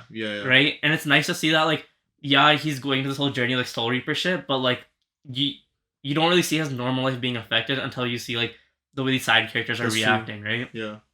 So I like the way she was doing that, and then also that like she was able to notice him in his Soul Reaper powers and stuff. Yeah. I kind of wanted her to get Soul Reaper powers Yeah. because just like the way her character was, I was like it'd be and like she withstood Aizen's initial like impact, or is it Ukiura when they initially like came down and she was still survived. She's still alive. Yeah, just the fact that she could survive, like she had a strong will Mhm. essentially, right? Mhm. So yeah, it was a nice way to keep their characters grounded, I guess. That's true. Right. So like Yeah. I really liked her. yeah, man. Let's talk about Rukia, bro. Why are we talking about Tatsuki, bro? Fuck is that Tatsuki? Yeah, Rukia, man. I feel like Rukia, like, she was a good character. Again, I feel like she's like a lot of the characters lacking on the development, but I think Yeah, so. I yeah. think a lot of her development didn't come till the Quincy arc in a weird way. Like you kind of see her talking about herself, and even like Byakuya talking to her, where she's kind of maybe insecure or not confident. She's not confident of herself So, like, she is essentially... I'll have it written down here. because she was also talking about how Aizen. Every time Aizen or Gin, one of them, had a brief exchange with Byakuya, Yeah. she would always sit there and like notice it, but Mhm. she always felt like there was like kind of like something wrapped around her throat, or like she couldn't actually That was Gin. it was Gin, right? It was Gin. Where she felt like he's constantly just been like, you know, I guess like a reaper like around her, like where she can't like move or do anything, like she's confined, Mhm. and he's been holding her like that, captive in a way. So like yeah, she just wasn't a confident character. So it's not till like the end arc where you kind of have Byakuya have that conversation where they're like, and they're fighting that fear guy, and they're like, why do you have fear and all this, and then you get some type of growth there. But honestly, like I think Rukia as a character should have been handled a lot better. That Like makes sense. I mean, she like the way that she was introduced. yeah, like she felt more important to the story. The way she Then was she was introduced, given off. and like the way that it started off, it felt like it was gonna be a duo between Ichigo and Rukia. Yeah. Yeah, I like as like main characters. as like main So, characters. Yeah. Like, other people took it a completely different way, but that's Yeah. on them. Yeah. But then she gets pushed to the back so fast. So fast. Yeah, she does. So fast. Yeah, it's kind of like the development we got for like Orihime. It's Yeah. kind of what I wish we would have got for Rukia. But we only get Rukia's development in, like, the Soul Society arc. and you 'cause get, it's and dur- you get some in the Quincy arc too. Like, during that arc Right. is when she's, like, basically, like, she hates herself. Yeah. Right? She's, like, in a self-hating spiral, and she doesn't know her own worth. But And, like, basically her development is, like, yo, like, value yourself. You Don't do be get- thinking that you're not, you're worthless. so when she's fighting like Espada 9, like fake Kaien, Yeah. she's you can tell that she's stuck in the past. Yeah. And then so like I guess it's kind of like a growing moment there where she kind of breaks free of it, where she's like, Yeah. but the way she like found out, she's like, like Kayan would never ask me to do this. Like Yeah. it wasn't like she learned on her own where she's like, no, like he's dead, like Yeah. the Yeah. past is done. Like she didn't move forward herself. She was kind of just like, he would never ask me to do this. That's not you. Which she should have moved on after she apologized Yeah, to like, yeah. the Shiba family. Yeah. Right? Like she should have been done with it. It should have been put to rest. Yeah, Yeah. But then for some reason it was still lingering. Her character should have been handled a lot better, I think. for sure. Chad, the other. Chad's also one of them that's, I guess, similar to Rukia in his development, where you get this close relationship between him and Ichigo Yeah. from the beginning, and then even like in Soul Samurai, he's like, I'll protect whatever Ichigo protects, and he'll protect whatever I want to protect. Yeah. But then you kind of see a little bit of not like growth, but kind of like inside his head where he's like, I think it's in the Arunc arc where he's like, where Ichigo's like, yo, Chad, chill, like I got this, and he's like, do you not trust me to have your back anymore? Like he's kind of like, it's prior to the Arrancar arc. yeah, It's in the Arrancar arc. Like it's when he realizes that he's lacking. Like yeah, he's not on a level to be protecting Ichigo's back like that. yeah, And then in the Arrancar arc, he gets his power up, right? yeah, Yeah. and then you can tell like Chad kind of spent a lot of his life trying to figure out his purpose in life and kind of doesn't know, like before he was, you know, like a thug essentially, just killing, or not killing, but like Yeah. fighting people and shit, and then he had his uncle or old man dude who found him that kind of like, His abuelo, bro. yeah, His grandpa. okay, I just forgot his name. Yeah, that kind of taught him the ways of life in some Come on, way. So man. now he's like a very delicate dude. So, yo, my bad. Like, I don't.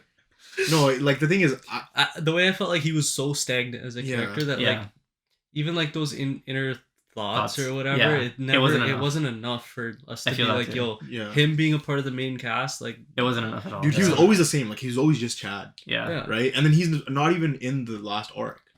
Yeah. No. Yeah. And then the other main cast member is Renji. See, and then what I kind of figured that like in the Fullbringer arc, we would have started seeing more growth for Chad because he they was doing his introduced own him as, like, Fullbringer yeah. stuff, right? Yeah. But we didn't really get that No, either. not at all. Yeah. And then we get Renji, which is probably just another stronger characters in terms of the way he was handled, the way that his character development went, and Yeah. the power-ups that he's gotten. That's true. Yeah. Renji's at Even least. then, like Renji didn't have a goal either. Like initially, he had a goal None of for them had a goal. Byakuya. What? Like yeah, that's true. But Renji, but Renji as a character, like I at least like that his conversations like Zabimaru or something in a way, like when he gets like wounded and he's kind of Yeah. he's like self-reflective, at least. Oh yeah, like in he's a more way. self-aware of what's happening. Yeah. I guess. And he also brings up like where he was like, he thanks Ichigo where he's like in the Quincy arc where he said him and Rukia kind of drifted apart for so Mhm. many years and they used to be friends, and it wasn't until Ichigo came back that they started like being close Started again. fucking. Yeah. Essentially, and had a Yeah. kid. Like, you know, but like his growth was definitely better than Rukia's, and he Yeah, even yeah, stands sure. up to Byakuya, and No, he because out of the main cast, like you said, it's Orihime and it's Renji, like that Yeah. have really like developed. gotten Yeah. some development. Yeah. I think like Renji's character, even from like, even in Soul Society itself, when he fights and stands up against Byakuya, Yeah. Sick. already there's so much growth there Yeah. from like when you Exactly. first saw him, Yeah, yeah. right? Even from when he first fought Ichigo, like he's like changing. Like he's like the You know, rival essentially, yeah, right? of Like, Ichigo in some way, but in like some not way. really. Yeah. Yeah. And then I would say like Uryu, it's kind of weird because you're seeing this stuff from the perspective of I guess Ichigo and Orihime that Mhm. I wish we had gotten more Would you? Uryu growth Yeah. as well. And I think Yeah. that's what it really lacked was just not like I can understand maybe not like if Chad Orihime and Uryu and Ichigo are fucking a squad of 4. Yeah. They don't develop Chad, but they develop the other 3 because sometimes there's always that one person, Who in, lacks? right? Like Yeah. with Yu Yu Hakusho, I guess it's like Kuwabara or something out of the Yeah. 3. Like Yeah. that's like somebody's always lacking, right? You know, Hunter, right? Yeah. So with this, I was like, Uryu should have got so much development in the Quincy arc, 100%. and even like because they always like make it a thing where Uryu doesn't talk about his feelings, Yeah. but they also know how Uryu is, and they're Mhm. always like, "Yo, we'll snap him out of it," Yeah. and he's always like, Uryu just thinks he's like so like not high and mighty, but so like so smart. Where he like just tries to assume what Ichigo's gonna Right. like react, and Ichigo's like, "Shut up! I'm not gonna react that way." Like what? Like what? He's like the type, like they introduce very early on that Yeah. Uryu likes to sew things, and like Yeah. that's like a hobby of his, right? Mm-hmm. And that plays a very much into his character. He likes to like basically build bonds and like sew Yeah. things together. You know, Yeah. try to keep it like tight knit, kind of. Yeah. Right. Yeah, it's funny because I think in where was it? I think Chad mentions it in the Quincy arc Yeah. where Orihime has like a new dress or something, and they ask Ichigo like, "Yo, how's it dress?" He's like, it's kind of revealing. It's kind of whack. And then everyone's just shitting on Ichigo, and that was like one of those character like funny comedic moments where Yeah. you're just like, I actually like that they Yeah, like Ichigo they like did hits that. him like, bro, you're supposed to Yeah. say so. Like, Yeah. that's not what you're supposed to say. Like how you supposed to wife her Bro, if you're gonna talk like just, that, you know? Just expanding on a comedic moment. There's a time when like what's her name? Hiyori? Yeah. She's about to like hit Orihime, right? Yeah. And then Shinji like takes her. He's like, let's get out of here, right? While she's on his back, she puts her finger up his bum. Yo. And he puts his finger up her bum. What the hell? Hilarious. I'm like, what's going on? And Hiyori's like, bro, you can't do that to a girl. Yeah. Like, no one's ever gonna like me, shit. Yeah. And I just started dying laughing, bro. There's so many of those moments. Like, it's like weird character, like comedic moments where you're actually like, yo, this is actually funny. But just, I gotta go back to Orihime again, just because you brought up Hiyori. Yeah. Like, another way that you see how strong she is just the way other female characters react around her. Right. That aren't as strong in that Mhm. sense. Like, yeah, they have physical powers, but they're not like well-rounded, I guess. Yeah. Like, you know. So like, especially with Hiyori, like they like all these characters have beef with her because she's so mentally stable and like, you know, emotionally and like aware. you could say like Hiyori's like the least mentally stable person. Yeah. Because she beefs everyone. yeah, Yeah. everything and everything. Yeah. The thing is, everyone. but I kind of found like in each arc, they Yeah. introduce like a character who is like Rukia Yeah. in kind of each arc. Like Rukia was obviously the Rukia in Soul Yeah. Society, but then Hiyori was the character like Rukia in the Arrancar arc. Maybe it's, Like the same, she's such a type side of, character though, where it's but the kinda same like, interactions that they had. if in you terms went of like to the beef that they were I having, see what right? you're saying, yeah. And then same with the girl in the Fullbring arc, Rugiku. Riruka. Riruka, yeah, whatever her name is. Riruka, yeah. She's the same too, and Same same way. build. They all have the Yeah. same build. Yeah. Smaller titties and Exactly. That was the requirement. That was the requirement, bro. Just because they had to be jealous of her. Exactly, titties bro. For to be like, It's yo, the fuck same her. build, bro. Yeah. And the only person who like fucks with her is Rangiku. Like, like, bro. So, I guess we should talk about Kenpachi's, like Zaraki's, Bro, as a character. I love Because Kenpachi Zaraki. I feel like he's also one of those like characters that you would talk about like across anime, even Facts. like other anime, Facts, where you're bro. like, this guy's just so like crazy, just so well built. Bro, for even just even now, bro, like Bleach ended what, like let's say we said 10 years ago? Or like almost. almost 10 years ago? Even now, we're like, bro, this person gives us Kenpachi energy. Yeah. Like, this guy's Whenever like you're Kenpachi. referencing something, You know like what I mean? Kenpachi vibes. Yeah, exactly. Yeah. Like he plays his character so well done, like that the bloodthirsty warrior. Yeah. Right? Like that's Kenpachi and it's just so dope. Yeah. Yeah, and then also like when he for the Quincy arc, Yeah. when he's fighting Unohana, and, Yeah. and she realizes that like he relishes in fighting so much that he's stunting his own growth. Yeah. Because he likes to live in that little area where like he doesn't know if he's like, he always wants to barely win. Yeah, exactly. And that's because ever since he fought Unohana, like that's the first time he actually felt that. Yeah. And he's been trying to relive that feeling again, Mhm. again, and Mhm. again. Yeah. And like, So he put like a subconscious seal on his powers. Yeah. yeah. Which is insane. And You're then like, this and guy's then and this then when he strong? meets Yachiro, like the Yeah. pink haired girl, Yeah. he named her after Unohana because Unohana is the one person that he kind of respected Yeah. that was actually stronger than him. Mm-hmm. And I was like, I didn't make that connection. And she just until ended up being his Zanpakuto. Which Yeah. yeah. and it's like part of his soul and stuff, and it Yeah. kind of makes sense, right? Kind of, but like It's Yeah, weird because it's everyone weird. could see, why she everybody like, could see her. She Yeah. could living, interact. and she kind of had her own Zanpakuto too. She was a lieutenant, so that means No, that she was 'cause completely. she Yeah, so was she holding fights Zanpakuto. you know that imagination dude before he fights Kenpachi, oh Gremlin He- or Gremlin, where is it? Gemi. Gremlin, yeah. He creates like a weird old scientist dude out of his Oh, yeah, imagination he that fights has it. his own Quincy powers Yeah. where he can phase in and out of existence, and as soon as he fades out of existence, everyone forgets all memory of him. Yeah. And she's like, the thing is, she's beating him and fighting him every time he reappears in existence Yeah. through pure instinct. Yeah. And she pulls out her, I think it's not a bankai, but it's like a shikai or It's a something shikai, yeah, it's like an axe or something. where it's like where she copies stuff. So Yeah. the way she explained it was like, if you're watching her swing at you, the longer you're like the more you're paying attention to what she's doing, the more it throws off your timing of what she's doing. Yeah. So, because he kept getting cut, and he was kind of like, he's like, I swear I dodged that. But yeah, it's like the more you're paying attention, the more you get screwed. Yeah, so that makes no sense. Yeah, I don't know how that happened. And that's like a writing thing that they should have explained in the Quincy arc, but they didn't. That guy Gremmy, his powers were sick. Too. Nasty, yeah. And that goes to like with Kenpachi, like as a character himself, where he has this dude that can imagine anything and bring it into like reality. Yeah. And you have Kenpachi just kind of overwhelm this dude to the point where he's imagining his own death. And you're just like, oh, that's so crazy. Like, that's such a, like, bro, that's the Kenpachi moment in a way. Where you're just like... The craziest thing for me, that's fucking insane. Right? Like, but one of the craziest moments is like, bro, he's fighting Noitora. Yeah. And he's like, shit, I can't defeat him. Let me just use 2 hands. Yeah. And you're like, bro, what? And then they bring that back where they were like, Yamamoto was teaching him. Yeah. And they stopped teaching him this because the Soul Society, like their little board of director guys, whatever they're called, the Council 46. 46. They were like, he's gonna get too strong if we teach him too many things. Yeah. We won't be able to control him. Which is like, he's already so strong, and they fucking wouldn't teach him shit. Yeah. Like, that's so nuts. And then Unohana does that training arc with him. Just him as a character, bro. Like, no Shikai. Eye patch seal. Yeah. Bells on his hair. Yeah. Just so he can People make can everything. Him. People can hear him. Like, he's trying really hard to. Bro, in the Soul Society arc, bro, he fights Ichigo. It's a draw, right? Yeah.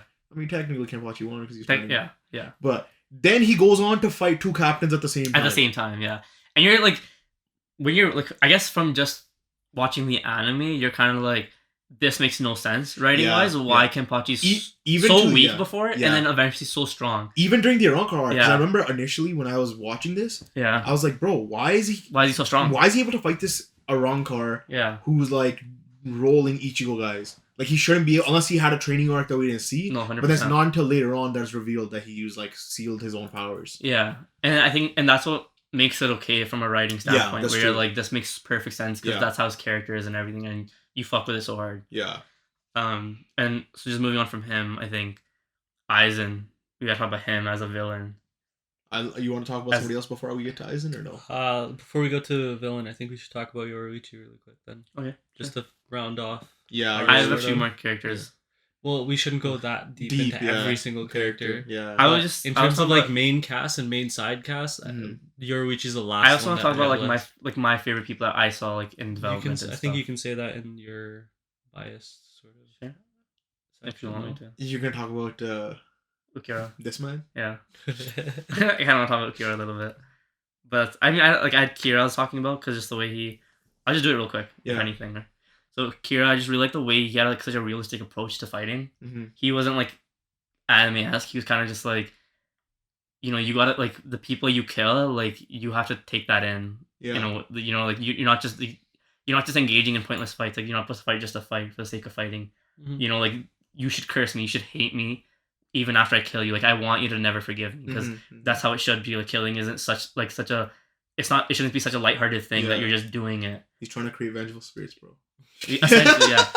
So I like that Akira's like character was. So I didn't really like how like fast he died in the Quincy arc because I really wanted to see more of his character. That's true.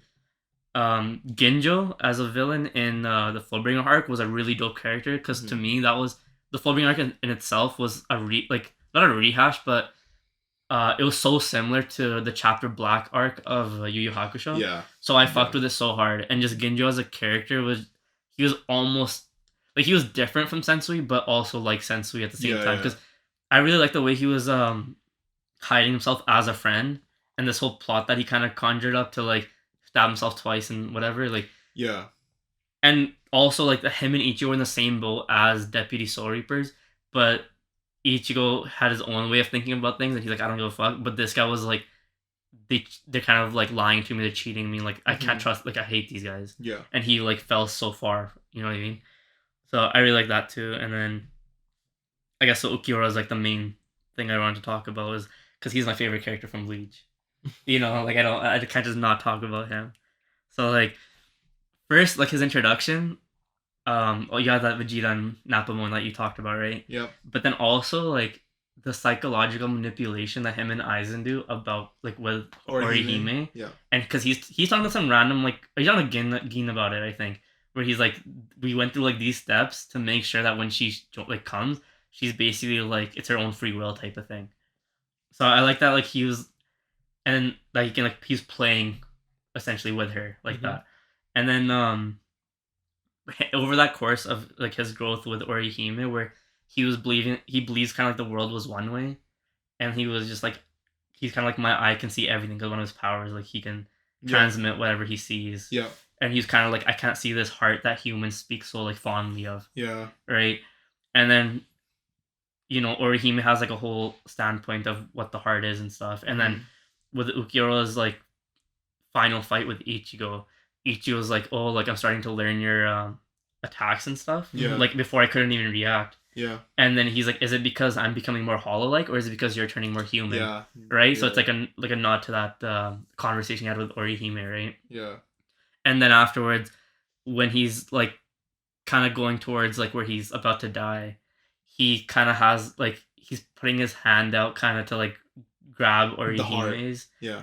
And Titty? What? No. Yeah. Like their hand, like she's grabbing, like kind of like they reaching, like longing for something. Yeah. And he's kind of like questioning, like, is this what it means to have like a heart? Because like the way that he stopped Ichigo from like killing Uryu, and he's like, your focus should be on me. Like you can tell that he's changed as a character. Yeah. And then, so like prior to that, right? Because Cayenne was like, bro, the heart is the bond that you form between people. So when you die, you leave your heart with them. Yeah. So that's what I saw it as. That he was finally realizing that the heart is the bond between people. And he was kind of like reaching out, you know. And he's starting, he's starting to like, he's kind of like starting to understand what the heart is, but he couldn't. And then because he's the Espada of like nothingness, he kind of like it's hard for him to like wrap his head around something like that, right? Yeah. And then even Grimmjow makes a point where when Ichigo initially dies in the Yonkawa arc, and he has a hole through his chest, he's like, Ukiura doesn't notice it, but he pierces a hole through everyone he kills. Yeah, that's true. Unconsciously, in the same spot where like where a heart would have been. But it's also in the same spot where his hole is. His hole it's like right here. But so it's like what like it's kind of you're kind of there like wondering like why is he doing that? Like what is he looking for something there, or is it like is he trying to make like the bond thing maybe have somebody similar to him? They like, talk about like in like a later part of the story that hollows, the reason why they have they have the hole there is because their heart becomes their mask. Yeah. Okay. Yeah. They did say that. Yeah. But why is he? But I'm saying in the way that he's piercing other people's hearts. I think it's a strip. Like it's particularly with Ichigo, it's a strip his heart away, right? It's like if I don't have a heart, nobody else should have one. Like everybody should be like me. And because he always said like it's something that he can't see, so he's kind of like just constantly looking for it. Yeah. That's what I thought of it as. Yeah, just looking for a heart. Yeah. He just wants somebody to love. Okay, so we can talk about Aizen now, or Aizen. Fuck it. Yes. Bro, Aizen was crazy. Like when this came out back in the day. Yeah, back in the day. When old fuck. When Aizen like yo, shut up. I'm kidding. When Aizen did his plan and it was all revealed, bro, the memes were going crazy. Like something would happen, and be like, yeah, it's all part of Aizen's plan. Yeah. Anything, bro. Anything would happen, it's all part of Aizen's plan. Yeah. Just the way he executed everything, you know? It was actually nuts. Like when because everything that would happen just ended up being that was a part of my plan. No, but it was like the way Aizen did it. I think like that was so well done because you can tell that he was planning. It wasn't just like random. Like I planned for it. Like just kind of thrown in there. You know what I mean? Like it was actually like built in a way where they had multiple things happening at the same time. Like even when they did flashbacks to when Aizen was doing his experiments and like his like trying to achieve Hogyoku and everything, and because he had to mesh his Hogyoku with Urahara's, right? Yeah. So you could tell like, he was already doing these things, and he's already laying the groundwork for all this stuff. And then you see in the Quincy arc that when Ichigo's mom dies, like Aizen was there, like he saw her die, like he wasn't just saying like. He wasn't just saying like I've seen you since the moment you were like a kid or like whatever. He was there when he was like, you know, when that shit went down, and he knows exactly what the makeup of Ichigo is. Yeah. Right. Like he's like one of those like mastermind villains. Like he's a top tier like villain in that way. Yeah. And then, but that's kind of why when you talk about like Yawatch, he kind of fell flat because in my opinion, Ginjo kind of lived up a little bit to what Aizen was doing. It was just a smaller a smaller scale. Yeah. But his terms of planning and like what he was trying to do, like he executed so well where he did strip Ichigo of everything, and Yeah. Ichigo literally couldn't win. The only reason he was able to is because one thing he didn't account for was the Soul Society actually breaking tradition and coming to save him. Strawberry and Death But returns. Yeah. And he had everything, like, you know, he was done. Like Ichigo lost all his powers, everything, right? Yeah. On your point of like comparing the villains, I like, even though I really like what came after Yeah. Aizen, I always felt like Aizen should have been the villain, overarching for villain sure. at the end. Like, Like that's that should have ended. been where it ended. Yeah. I could like see, a bittersweet ending. I think Yeah. the way Ichigo loses his powers and you're like, the damn, way I like, could have that's seen it is if they had moved the Arrancar arc to where Aizen faked his death. They don't know that he's alive. Faked his death. Arrancar arc happens where the Quincy arc was. Put the Quincy arc there. Have them have that fight with the Quincy's, and then have the Fullbring, like, you know what I mean? Like, do it in like a different, like, chronological order. order. Swap them. Just swap them in a way where the Aizen thing happens at the end, and you can have like the Quincy's. Somehow, what everything's going on, Yeah. Aizen has his fingers on it. Yeah. Like Yeah. what Ginjao's doing, what Yawatch is doing, it somehow plays into the way Aizen. Yeah. Somehow he creates people stronger than all these Quincy's. Yeah. Stronger than all the Captain's Bankai. Well, I mean, because they can't defeat no, him. because the way the whole He wins. Yeah. no, because the way the whole Yoku was built, Yeah. you're like, especially in the Rank arc, you're thinking like this like meets all ends all type of thing. Like this Yeah. is the perfect thing. Yeah. Yeah. Having that at the end of the whole show is like what you'd want. And then with the Quincy's, like, But like, even the way like I felt like the whole Aizen arc was handled, particularly at the end with Ichigo getting like the final Getsuga, the way Yeah. Aizen like was evolving with the Hogyoku. yeah, Like it all felt sort of final-esque. It did, Like it did. like this is the end of Bleach. yeah, Yeah. But that's true. I did like the things I loved the Fullbringer arc from because he lost all his powers Mm-hmm. and what they were able to ground the story so well. Like they were reaching heights where they're fucking destroying mountains from like just a swing of a sword. Yeah. Like they're so strong at this point, and you see all these spot of all these broken abilities. Yeah. So for them to bring the story back to like 0, then have him work his- immediately after, and then go work- fucking Just- 100 again. Yeah. like just work his way up again. Like I thought that was like He didn't amazing. really- But we already saw him work his way up. The Yeah. first No, time, right? but So you're kind of like, yo, I don't want to see this again. no, because if from the Soul Society arc to the end of the Rank arc, it's a whole journey. Like it's so like you're so deep in the manga by that point. Yeah. By the time like the Fullbringer arc starts, you're like Ichigo's just bringing upgrade after upgrade. This is finally a setback. You know what I mean? Like he's fine. Like so now when he's back to 0 and he's learning a whole new different power, you're like now you're kind of waiting to see when he attaches that power on top of the Soul But like power. he's and been everything. having setbacks. Like his fear was a setback. But And it's but been not a but this is setback. like an actual like physical setback where and you see him so like hopeless and help like he can't do shit and the people that he's trying to protect are stripped away from him. Like his literally the one goal that they did give us is actually like stripped No. away. Do Yeah, you know what but I mean? feel like he just handled it like he should have matured from all that. I mean, that doesn't. But that's a whole yeah. Straying away from it. But yeah. if they had restructured it where Quincy arc kind of led to his powers kind of losing his powers, like maybe they took in a his different way. Bankai or some shit. yeah, in a like- different way they got trapped or something and he had to learn Fullbringer again and then tap into that power and then just have Mugetsu finish off as a final Getsu potential thing. Yeah. That would have been crazy too. Yeah. You know, like just have it like that. But I mean, for what we got, like it's those forms that we got and how like there's so many things that we wouldn't get had he restructured everything. Yeah, it just felt Right. weird. Like Yeah. like when you come from the finale with Aizen, then you come into the Fullbringer arc. It Yeah. doesn't feel. And that's one of the reasons why I didn't like the arc at all.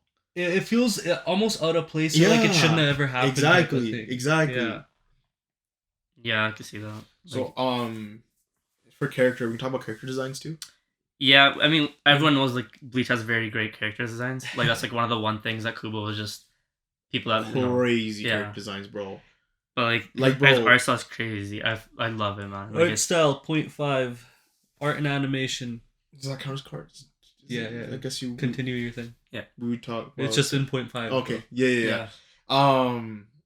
Yeah. Like, you know, Baragon. Yeah. His design was so So sick. sick, so bro. clean. Like he was actually what a Shinigami would look like. Yeah, Like, yeah. like you know, like a god Yeah. of death yeah. is what he would look like with the Yeah. skeletons, everything. Yeah, He had a yeah. scythe too. You're like, bro, this is sick. I think everyone's design was just so unique, and even like the characters that were trash, even when they like say they had like a resurrection or whatever, like Yeah. their designs were just so clean. Like you just didn't Yeah. have like a poorly designed character That's at true. all. Like it didn't matter. Yeah. Like the one thing is like Bleach characters are just very lanky for some reason. Which is I guess kind of weird, but I feel think like it's like a stylized thing of the way Yeah. he draws. Yeah. Because like But, even like, like when It you also think has of, to do with angle too, I think. yeah, but Yeah. even when you think about like Ichigo's Bunkai, like pre-time skip, like he Yeah. had like the big skirt type of thing going Yeah. on, and like that just kind of comes to like style, Yeah. the way Yeah, he yeah. was like But really I think stylizing it. my favorite thing for what Kubo does is his eyes.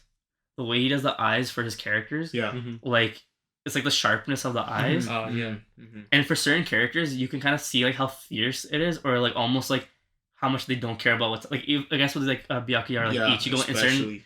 aspects where they just kind of stand like looking at you, and you're just like they convey the like that emotion that he's just like it doesn't matter. Yeah. Like I'm gonna Yeah. just It doesn't matter what you do. Yeah, You I'm gonna could just fuck you up. pointless. Yeah, like just No. run around, do your thing. I'm gonna just wait till you're like Yeah, I'm yeah. gonna fuck you up anyway. Yeah. You know. Yeah. So Just yeah. Just kind of coming back, like a little bit off of character designs, just like in terms like generalizing art Yeah. for Yeah. like Bleach. Yeah.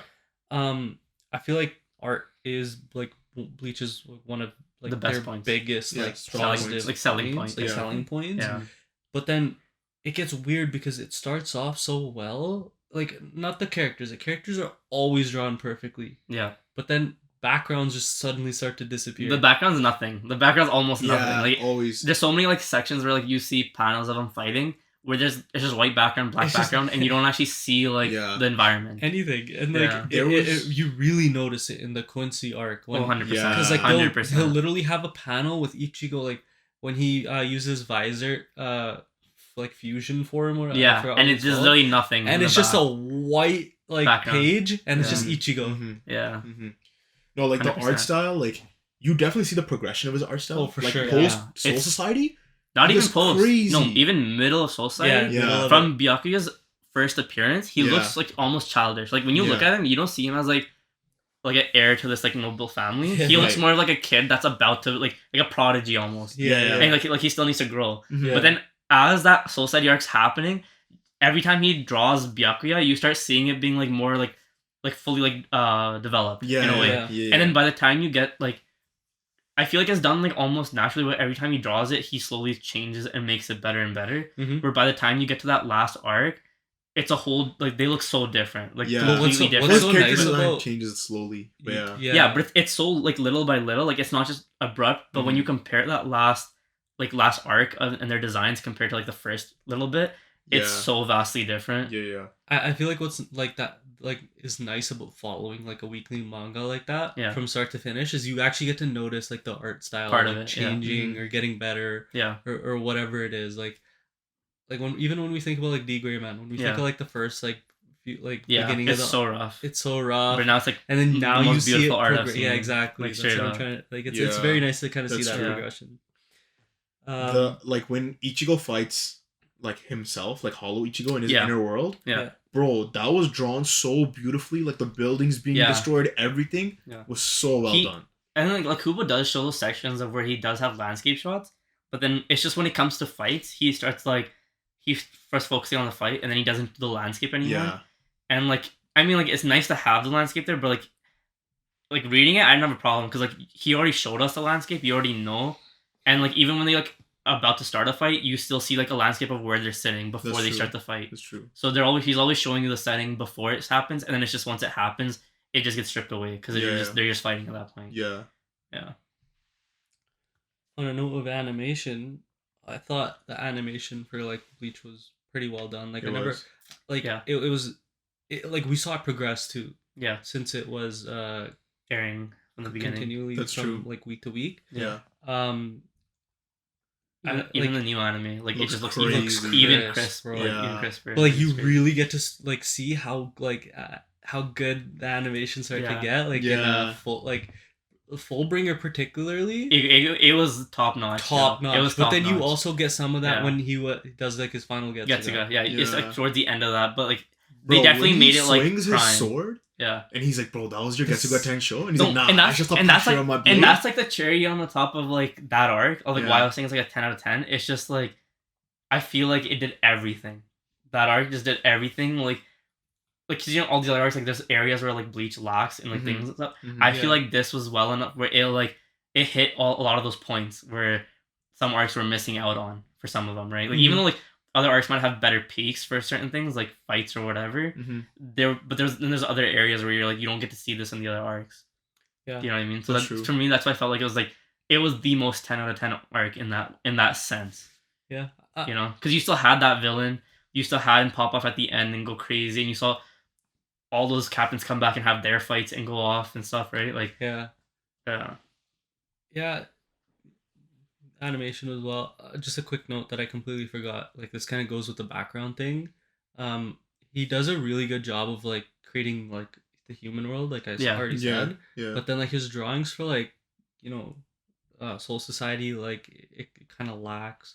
His particularly Waco Mundo, Mhm. yeah, like that was I don't know what was Yeah. happening. He could have done so much more. It was like Yeah. a barren wasteland. What are you supposed to draw? yeah. But I feel like Yeah, he should have. Yeah, It no, was- you're, yeah. you're right. Like, You're right.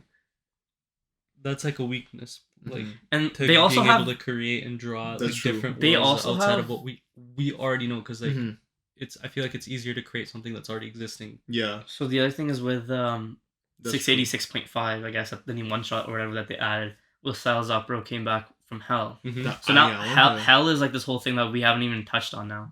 No, but they Right. have touched on it. But they kind of They Like, yo, they- no in the beginning of Bleach, the very beginning of Bleach, they touch on hell where like Ichigo fights some random hollow Yeah, and the gates of hell open up and swallow this hollow. yeah. And you're like, yo, what is hell? But- and we assumed that it was Waco Mundo, but it's not. It's Yeah. like a From- separate thing. Yeah, right. But from that like initial scene that you see, I guess, in that arc, Mm-hmm.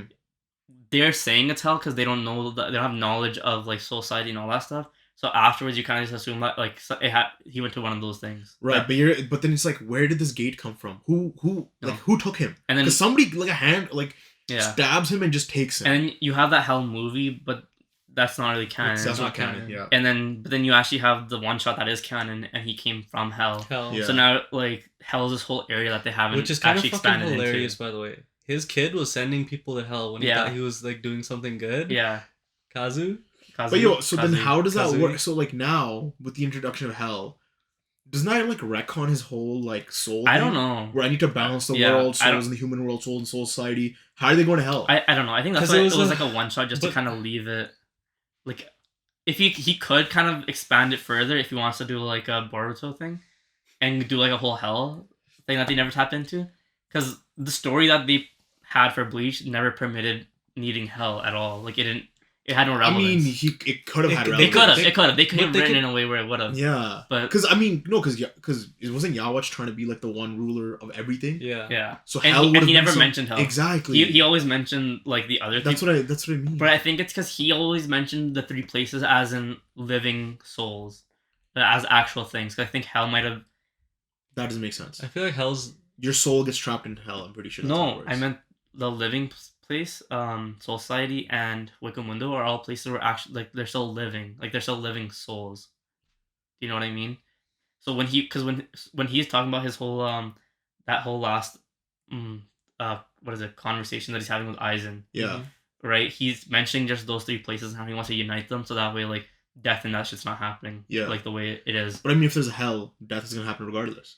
Yeah, like I don't know how they're supposed to how you're But supposed we to write don't- in hell. It's kind of weird, but it's because you could say like hell is like where actual like you lose your soul. But it type of also thing. brings it's this factor where he can bring back characters. Yeah. Where he Which can, was like, already a thing the whole No, time. but he it can was bring weird. But he It can was- bring it yeah. back in terms of like the way he brought back the guy. Yeah. He can bring back Unohana, like literally, Yeah. like bring her back. Yeah. Like you know what I mean? Well, I Like, mean, the thing is, she could come back. She died. Her soul's gonna go to the human world. So now Yeah. she's a human. yeah, but it could kind of be a thing where like maybe he retconned that too. Yeah. So with the comparison to the anime, No, we got sound, bro. it's still, I mean this is the anime, no? That's what I'm still talking about comparison. Art- It's the same thing. Art and animation. I'm just kind of Oh, yeah, but then Oh. you're talking about 7 would be well, I mean art and adaptation- animation kind of goes to adaptability from the manga. anime, like what the anime did. It's kind of Well, like a it's like a animation's part like- two. Type Animation of is thing. just quality of like No, but when you're animation. talking about like sound and stuff, that's talking about the anime comparison to anime. Yeah, so like if it's just a manga, you wouldn't that point wouldn't stand. Yeah. So, but we talk about the sound. No. Yeah, we would. Sure, yeah. Like the OST, like I was listening to it while I was reading it. Yeah. Fire Bro. OST. Like every single track that's playing is fire. It is weird though, because I was getting intense ass OST when I'm reading a That's section moments, that's like yeah. comedic or like Yeah. whatever. But I was just like, I fuck with this. I don't even care. Bro, there's one OST. It's called "It's Never Meant to Belong." Yeah. The violin on that shit just goes Yeah. so hard, bro. Like the It's like one of my favorite OSTs. I think. the symphony that they had for this, Yeah. bro, crazy. 'Cause, like- and even the opening and ending theme Yeah. songs, Fire. Fire, They're man. iconic Happy at this point. people. yeah, chill. Yeah, you're about to get copyrighted. Yeah, bro. A little too accurate over there. Yeah. Yeah, no. OST was insane. I agree with you guys. The sound Yeah. production I also thought was insane. Yeah. This is one of those like animes where like you have a dub and a sub that is just perfect. I was gonna bring that Yeah. up. Like the Yeah. voice The acting, voice on acting? both sides Exactly. Yeah. fit those characters so well. Like So they're so well. unique. Like even when I hear like those voice actors now, I'll be like, oh, that's Ichigo's voice actor. Ichigo's voice Yeah. actor. You know what I mean? Yeah. Like but before Ichigo, like before those voice actors did like the Bleach ones, I'm not like I'm not referencing it to anything before Bleach. Yeah, you know what yeah, I mean? yeah. Like I'm not like, oh, that was that guy's voice actor. Yeah. So, yeah, it's it's just it's one of those like very few anime where they Yeah. actually have a good dub. Yeah. Like they But every each time have, they say Bankai, and they like it's a thing where the voice acting fits each personality of each character. yeah. And it adds to like how personable each of these Mhm, characters are. mhm. Yeah. Because when you like say like One Piece voice acting sucks ass. Like in English. Oh, In okay. English dub, like the One Piece is they, really yeah, like they do not fit like the intensity, like none of that stuff, right? Like it's Yeah. just so hurting when you like see that. But with each like or with Bleach, when Ichigo's screaming in both, like you can Yeah. kind of like you Like when he feel has that. a crying moment. Like Yeah. it actually Yeah. hits. Yeah, it Yeah. hits. And then as far as animation goes, like when you see like the spiritual pressure hitting people or whatever, like a lot of that is conveyed really well in the anime, like with the Yeah, that's animation. true. Like it's you can tell that like they're getting hit with some shit and it's almost like like a reinforcement of gravity or something. Mhm. 0.7.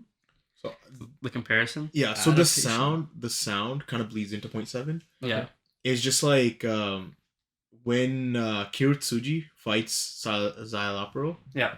he's like pointing the blade at him and he hits him with a drug, right? And Yeah. it's like 1,000 years and the blade Yeah. is going through his hand. Yeah. When And it's- when you're reading it, Yeah. you experience it like, okay, he's doing that. But when you're watching it, you it's so hear it's so different. like you hear his mouth moving. like he's all drugged and, out. and you literally type of shit. hear everything move and it just hits way different. Yeah. Mhm. Yeah. No, it's definitely like if it's worse, it's definitely like better. Yeah. But it's worse for him in that situation. Exactly. It's better. Yeah, yeah. Because like he's slowly watching this edge towards him, and Yeah. but it's already pierced him, hmm and he's just like and he's stuck like that for like And you could hear 100 like years or whatever. Kirutsuji's mouth close and shit, and you're like, damn. Which is another thing because I don't understand how he came back in the one shot after Kurotsuchi kind of like had him fixed in this drug state for like No, he killed him. centuries. him. He killed him. He experienced it as centuries. It wasn't actually centuries.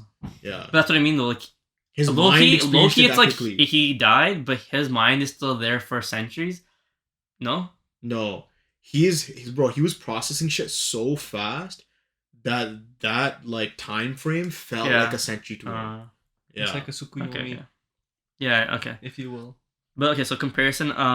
As an adaptation, I Yeah. think the anime did really well, If you- except for the filler arcs. If you skip Yeah. the fillers, the adaptation. I think the quality is adaptation did pretty really well. Yeah. Like But I will say that Zanpakuto Rebellion arc with Muramasa, if they had set that as its own arc and didn't just sandwich it in the middle of the two Arrancar arc, arcs. It was sandwiched like on both sides. yeah, like if they had actually had it as its own arc, I would have loved it like For completely sure. because you get to see so much growth with all those characters that you wouldn't have Yeah, seen development with that's in the true. manga. Mhm. You see them kind of like not betrayed by their Zanpakuto, but having to figure out like why their Zanpakuto left them Yeah. and like how to kind of work their way through. Yeah. And then when you see like Byakuya, he's like, why would my Zanpakuto leave me? Because he understands himself so well yeah. that his and that Zanpakuto doesn't. and leave it, him. yeah, and it goes and Yeah, it feeds back into like Yeah. how well his character's developed, right? That's true. And then so like when you see like that arc and you're notice like I didn't know it's filler when I was watching it personally. because we're watching a week to week type of thing, and Yeah. I didn't know what was filler, what's canon, because I wasn't reading it. Yeah. So like to me, I was just like, this is sick, because then you also see the only reason Ichigo was able to fight Zangetsu is because he has the hollow inside of him, and then you have like Kenpachi, who just never had his Bankai to begin with, so it he's doesn't a even monster, matter to him. Yeah. So you're just seeing like those characters that you do care about, you're seeing them actually like grow and like learn and like do their thing, and then the characters you don't really care about are actually struggling and kind of just like fuck, like I actually gotta fight my guy, like oh no. Like when we're talking about like adapting a manga to like anime, Bleach is one of those that like the theme, the way it feels in the manga when you're reading it, it all translates into that anime. I agree with that. Yeah. But the manga feels darker. Much darker. And but that's when it comes to dialogue, right? No. One is dialogue, the other is the amount of gore. Yeah. Like so when there is censored. Like when Ichigo fights Grimmjow for the second time. Yeah. Right? When Ichigo fights Grimmjow for the second time and he hits him with the Getsuga Tensho. Yeah. Like he like puts on the mask and he hits him with the Getsuga Tensho. Like Grimmjow is like bleeding profusely. Yeah. But in the like anime, it's just like a light like little, a like it's like a redness. Yeah. You know, like somebody just slapped him on the chest. Even so there was a moment, you know? There was a moment and where... then also hold on, there's also prior to that, I don't know, like everybody's seen the scene where Grimmjow just beating the shit out of Ichigo. Yeah. You know that manga, like the anime scene where he just throwing punches and it's just Ichigo just fucking eating them, just fucking getting rocked, right? That's not in the manga. Yeah, it's not. That's not in the manga at all. No, even so with Rangiku, there's a moment where Ion. Yes, like so he takes a chunk out of her like kind of like her stomach area. Yeah. And it's halfway through her stomach, like this whole half is gone. And in the manga you can see like kind of like the insides. Like it's not too like in depth, but you can tell that there's like insides there and stuff, and then you can see like a chunk of her body's like falling off. Like when he throws it away, you see her intestines in the part that's you kind of see like that chunk of body gone. Yeah. But in the anime, like it's you never see that. Yeah. And then but I feel like that kind of comes to like it's just censorship. Like what time do they air Bleach? Yeah. And like again, it like with the 1,000-Year Blood War, we're supposed to be getting a more uncensored version of it. That's which I'm kind of happy for. It's nice. It did suck that when Bleach was running initially that like they never were able to go into 1,000-Year Blood War, so we can't quite give our thoughts on it just yet. But in terms of all the PVs that have come out, the trailers, it looks good. It looks good. It looks like it's really well done. And there's the issue of the dialogue where they've changed like certain a lot of the gruesome, like the way they talk about things, like very like dark stuff that they've talked about, they change it to like a more lighthearted thing. Because I guess that's like censorship because of things you just can't see on TV. And it sucks, but it still changes because like it changes the tone completely, bro. Completely. Like when you were talking about the Kurotsuchi thing with Uryu. Yeah, where exactly. He's kind of going deep in there where he's like in the manga I'll like kind of like hang you up. I'm gonna make sure like you wish you were dead but you weren't. I'm gonna like toy with you essentially. In the manga he talks about how gonna tickle his balls. Like he talks about how he made a son, Quincy's son, burn his father alive in front of him. Like Kurotsuchi's particularly, every time he talks about some dark ass shit. Yeah. And in the manga, like you notice it, but then in the anime, like they water it down, like you know, because you kind of get just that he's crazy and he's dark, but like not like to that extent where you're like, is this dark? You know what I mean? Like, there's like another censorship that happens. Renji, when they like enter Las Noches, he like uses a keto to like light the way. Yeah, it's a red keto. Yeah. And they're like, no, they're like, yo, like that looks like, are you Rudolph? Yeah. They start roasting him like, are you Rudolph? But that never happened in the anime. Even they couldn't do that, right? What's his name? Love. Yeah. From the Vizards. Yeah. I think he's reading a JoJo comic. Cause he's like, yo, but you're already dead or something. And he's just like sitting there laughing. It's like one of those comedic moments. Yeah. He's laughing. Yeah. So like, I thought that was really cool. Cause I think in the anime, he's like, I'm just reading this Shonen Jump, and it's so funny. Yeah. And he's just like, but like in terms of like comparisons, because like we've seen some bad adaptations. That's true. The Seven Deadly Sins. Fucking terrible. Like so, this is the worst. So in terms of comparison, there's Record of Ragnarok. Pretty bad as well. So like in terms of comparison, like it stands out as being a good. That's true. Adaptation. Yeah, and so that breakdown of Orihime, so I'm like that mental breakdown she has, it's not conveyed the same in the anime at Right. all. Like Yeah. in the manga, like they're spending a few pages of like her kind of like not knowing what to do and she's like stressing and like you just see like a close up of her eyes and how she's like Mhm. worrying and shit and like you really kind of feel like this breakdown that she's happening. Yeah. That's happening. And then in the anime, it's more like, no, Ichigo, you can't die. Yeah. Like, please. Save me. Help Yeah, me, like it's help more like me. like it's more of like a soccer moment. But, Yeah. you know, like that. Like, there's little bits here and there, but overall, the adaptation I think was like is done pretty good. Yeah. 0.8 unique qualities compared to other anime. Okay, so for me, hold on. Because I knew you guys had something to say. I do have a couple of things. So one is with the manga where at the start of I felt like every chapter, but I think it was every volume. Yeah. He would have a little square picture, and it'll kind of give you a hint of a quote. Like there's a quote underneath it, and it Yeah. kind of tells you what this quote is relevant to. Mhm. So it'll either show like a picture of like a robe of someone, so you'd be like, oh yeah, like, that's Shunsu talking, or like it'll be something like significant where you know which character it is. Yeah. And then he'll have like a little like poem or like just a paragraph of like something he says Yeah. that's like relevant to either the chapter Yeah. and that character that- of what's happening. 100%. Like that's what I want to touch on too. Is like is a poem. You'd read the poem and somehow that poem is relevant to that, like, I guess that volume or that chapter. Yeah. So like for example, the Espada number 103.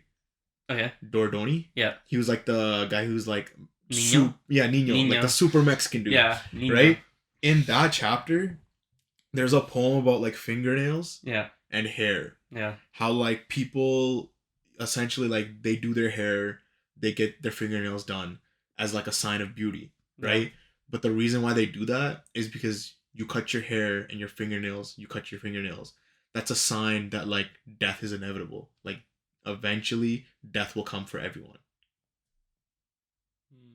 I don't see it. Kind of like he cuts his fingernails, so that means It that's just coming. it just means I think the like way how that like he- in a symbolic way. Yeah, like basically it's like a preview of like death. Like Like you're you're aging. aging. Like you're Yeah, aging. yeah, You're yeah, aging. yeah. You're aging. Okay. like he essentially there was like a line before that where it was like Yeah. death is the only certainty in life. Yeah. Something like that. There you know were what I there mean? were a few like you see that and you're like damn that hits and then you like read it and you're like I can understand like why. Yeah. I didn't end up writing any of them down, but I saved like all the scans like for whichever ones that particularly hit. Yeah. But there were a couple where I'm like I don't quite understand what this poem's referring to, and like you know I kind of wish like I like if I was able to like break it down and see how it was relevant. But that's something that Bleach does that nobody else is doing, and this is where I think like yeah Bleach was lacking in like the story or whatever, but like in terms of like those underlying themes and like kind of like I guess how he romanticizes his characters that he creates. Yeah. I think like I think that's really unique to what Bleach does. Character design too. That's also a unique. Yeah, thing. character design is also a very Yeah. unique thing. Yeah, so like for me, like the uniqueness sits with like Kubo's style, like the way Yeah. he's like able to stylize everything, the way Yeah, that he yeah. draws things, Yeah. like the art itself, like it's so nicely done that like it just draws you into want to read Yeah. more, Mhm. to want to see it Mhm. more. Yeah.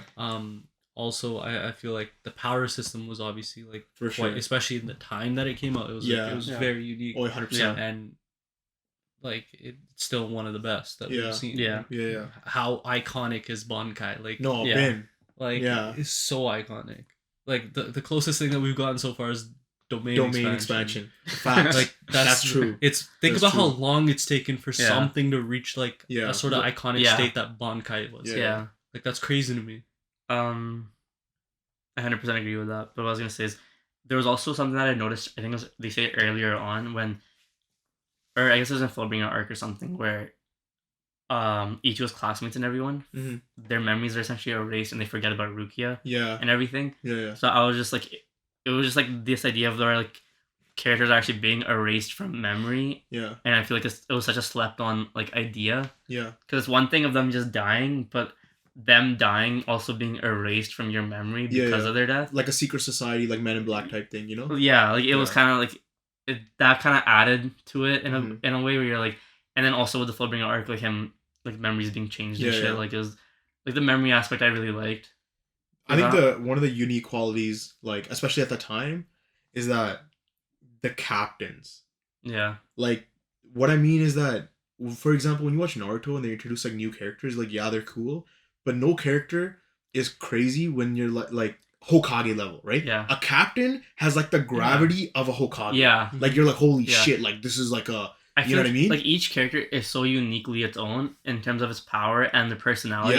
Yeah, and you see that shown. Like characters will choose like they'll play into their personality. Like where Grimjaw would rather fight than listen to Aizen, or Mhm, like he'd mhm. rather have that fight with Ichigo. Yeah. Like characters will like would rather like they're actually doing like how that character would act Mhm. instead of just being another soldier and just like I guess like kind of like how Katakuri was in One Piece, where he was still his own, but he was like I'll stab myself because I stabbed you by accident or whatever. Yeah. But he was still like carrying out his orders That's in true, a different that's way. true. You know, Yeah. like, but like you don't see it like in Bleach. You kind of see it like with almost every character. It's like that. Yeah. You know what I mean? I also like the training that I brought up earlier. I think the training was also very like Well unique done. in a way, Yeah. where like no other training arc is really hitting in this way. Like training arcs, like they happen like you like I guess Demon Slayer had their training arc, and then One Piece you don't really get to see their training arcs, but like the training arcs don't really hit the way like you don't get the time that Bleach has given for their training arcs, and done in the same way with like the urgency and all that stuff I was talking about. With Bleach, That a comes lot into of the it. training arcs too were like mental training. Yeah. It wasn't like physical training. yeah. It was mostly like mental training for him to Getting past your mental blocks. Exactly. And that's why I like Exactly. that's why I liked more about it, because it was like you're doing both. Like he's honing his Yeah. skills because he's getting experience to fights and stuff, yeah. but you're also learning like stuff that's like deeper, like underneath, like all the bullshit type of thing. And like at the time that Bleach came out, I don't know if on the other anime were doing this, but like the whole like going against the grain Yeah. type thing, where like there's a society that's set in its ways, Yeah. and I'm gonna be the one to change this. Yeah. Like I And I could speak to like a whole other a whole another level of layer of things. But I know like a Yeah. lot of anime are doing that now. Yeah. But like I don't know if at the time nobody was really doing Yeah. that. Because I mean I guess Naruto 'cause was doing essentially- that. Naruto was doing Yeah. that, and like You could even say Luffy was Luffy kind of doing that. Not yeah, really. yeah. I wouldn't say Luffy was doing that. But He was different from no, other because if you- pirates. Exactly. But he Yeah. wasn't going. It wasn't a system. He wasn't like you could say pirates overall are going against the system of world government. Yeah. But like it's not built the same way. Like But I think in a way, Luffy's going up against against like the system of like the One Piece world in itself. Yeah. in the way that Ichigo's going against the system, it's like he's alone, Mhm. like doing this by Mhm. himself. Because he didn't have anyone else going against the system. It was him, right? Like Yeah. he persuaded other people, I guess, but like he was by I mean, his himself. friends. Like kind of, but not really. Like it was his motivations that Mhm. Let me save my drove him to friends. do it. His motivations. Let me save my friend. But another thing was like, you guys notice Ichigo he's a ginger. He's Yeah. a soul reaper. Yeah, that's borderline like what I was saying. What were you saying? We had to cut it out. Like, I think that's like okay. I think we're fine. So another thing I think Bleach did nice was they can kind of show how broken a character is, yet still find a way for them to lose based on who they're fighting. So like how Mhm. OP they're like in broken in like how OP their character like their powers are. Yeah. But they did like again they did the right place, right time type of thing, and they were still Yeah. able to show them lose where it wasn't writing themselves into a corner. Mhm. So it didn't do it like like the best way, but it was still like you weren't sitting there like I hate that they did this. It was like it worked. Yeah. Right. Yeah, another thing they did really well was their diversity of like ethnicity of characters. Yeah. Right? Like Especially you had with, a like the bunch of Spanish influence. and you had a stuff. bunch of black characters too, Yeah. right? And they're all like so sick, Yeah. right? Like Halle Bell, Yeah. Yoichi. And especially like and their female character cast. Yoruichi for sure. All their Yeah. female cast, like they have Yoichi for sure. no Unique quality, their, pla. their female cast, like their female cast wasn't weak. Yeah. And like if anything, like Rukia was like the only one that you really felt was like weak. Or Hime. And kind of like Yeah. a little bit. But like mentally she was strong, so you kind of like you were like Yeah. she's not weak. But I'm saying like a weak-willed character where like Yeah. like No, I how know. other anime have it, right?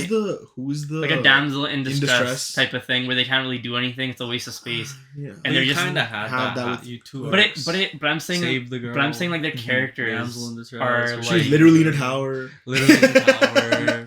but you know what I mean. Like Yeah, their yeah. characters are actually built where they're like they're showing their strengths in different ways, and they're Yeah. actually No, not shitty characters. That's you true. know? Maybe Rukia, like that's we already touched up on. That, Who was but the yeah. name, like the Quincy, who was like a sniper? Yeah, like, I don't know. I don't remember. The Quincy names were all like some German super shit. hard. Where I was But just like, that was I'm dope not too. Like remembering this. how they Yeah. he took like German influence. Yeah. And they like invaded. Yeah. You know, like Yeah, because it was almost. Damn, I didn't even think It was about that. really you didn't even think Yo, about that. I don't know. It just like It was Was very violent. Hitler-esque, bro. Yeah, like, even just the way like they were bro. like, I'm giving my life up for him and his mission. Yeah. It was like the way he They like. literally call him the Führer, don't they? At one point? Yeah, like, it was. bro. It's so like Yeah. German, bro. Like, it's crazy. Even like the names of all their Fucking- moves and stuff. Yeah. And I like that he did. And then there's one moment with Shinji where Shinji does his Bankai or whatever, and you know how he reverses everything. Oh, Shikai. Left is right, right is up, whatever. The Everything's reversed. soundtrack, by the way, goes so hard. Yeah. But yeah, continue. So everything's like back and forth, right? Mhm. He's like, I even learned how to talk in reverse, and in the manga chapter, it's written It's in reverse. Yeah. And I like that. That's cool, you know. Yeah, that is cool. Point numero 9. Rewatch and reread ability. I personally felt like Bleach, like even though like it's long, Yeah. it still has rewatch or rereading like value. For Yeah. sure. It's tough to say like to do it like so often. Word. Yeah. Or So, like, like, in 1 week. Or that I'd for sure But is that like? like I'd for sure like watch certain or read certain moments. Yeah, Yeah, for sure. I think. So It's because it's so long, Yeah, right? the thing yeah. is, like, you'd pick moments and just rewatch those like moments. okay, Exactly, so for me, yeah. like you guys know Yu Yu Hakusho is like my favorite anime. That's something I can watch every year. I can constantly like I'm happy watching that shit like Mhm. all the time. Like Yeah. it's not a big deal. It's not hard for me to go through that and just peep that shit. But like Bleach, I feel like because it was so similar almost to like its structure and stuff Right. that I can kind of like reread or rewatch in a way, but I don't. It's not to the same extent. Like Bleach, like the last time I read Bleach was when it was still coming out and it finished. That's the last time I read it, and the last time I watched it was like high school, I think. Yeah. I've never gone back to like rewatch that stuff. Like even though I know like all that stuff hits, like the OST and the fights and everything. Like maybe I'll go back and watch those fights, but I've never like. I think it's also partly due to just how much I was doing it before that. Yeah. Yeah. Because I think during high school or like junior high, like I was watching like there weren't too many anime out, I guess then Mhm. that were like on this scale. Now we have like so much more anime that are kind of taking that inspiration. Mm-hmm. That's true. So we would go on YouTube a lot more and just kind of like watch this fight. Like, oh my god, I can't believe this. Yeah, This is yeah, sick, yeah. right? So I think I kind of burnt myself out of it Oh. in a way. Yeah, rewatch rereadability. Yeah. Like I definitely think the final arc is more rereadable. like with Yawatch. Yeah, than the rest of it. I feel like That's probably because like pacing, because of how fast it moves, and like Yeah. everything, like so many things Yeah. it's off screen. that's true. And I very disliked that we didn't see the full extent of Kenpachi's Bankai. yeah, yeah. There was also I like again like on the note of like Yeah. rewatching or rereading, like the amount of times I've like rewatched like Byakuya and Yeah. Ichigo's like Yeah. fight, or like the Aizen fight, Ukiura or versus the Ichigo. Ukiura. Yeah. And then like Ichigo. I've because like There's so like many- Urahara's like my favorite character from Bleach. yeah, I've, and all of his I've- moments. all Yeah. his moments, his Yeah. Bankai, like Yeah, Bro, crazy. when Wow, Ichigo pulls 100%. up to Rukia's execution Yeah. and is playing number one, just a banger of a soundtrack, and he pulls up. Yo, anytime he pulls up, bro, in a cape, It's crazy. it's crazy. They give these guys capes, and you're like, geez. Yeah. He's a super hero. Yeah, bro. Overall, I think the rewatch is actually. I think what makes it like. I think it's easy to rewatch, It's definitely and easy I think what makes it it easy is that it's so action packed. Where when you think about other anime, like if it's like Hunter x Hunter or something, like they spend so much time on world building or moving the plot forward and doing all this stuff that like at that point you've already reread and rewatched it so much where you don't need that, and you're just trying to watch like those hype moments that you're trying to watch. Yeah. And Bleach is filled with those hype moments Hype where it moments. makes it so easy to rewatch. I think you know? yeah, it, like the Bleach thing, like you read it or you watch it like one time, very like focused on like everything that's Mhm. going on, so you're catching everything that's Yeah. happening, Yeah. and like the story points, the character Yeah. points, everything. That like when And you it try helps. to watch it after, you Yeah. can kind of just like Remember it. remember it, yeah, or, like true. and it during helps your- that it's so simple in that way Yeah. where you don't have you to. don't have to be like sit through so it. like intently Yeah. watching. Because if what- you're Yeah. like compare like Jujutsu Kaisen, like there's so much shit that like you have to read through all of Jujutsu Kaisen again and again because you forget all these little intricacies Yeah, that for happen. so much is happening. It's For so sure. and you forget Yeah. things and then Yeah. even But we like won't get into yeah, that, it's 'cause a whole that's not- thing. that's no, Yeah, I it's think that's separate just thing. a memory thing, bro. How many times have you reread it? Let's be honest. 2 or 3. You're a No, but liar. the thing You're is- a liar. no. I know at one point he's telling me he was just rereading this just one arc over and over again for like a month or two straight. Like he would just hop on Yeah. and just read that shit. There's a like, for no character in reason. Jujutsu Kaisen.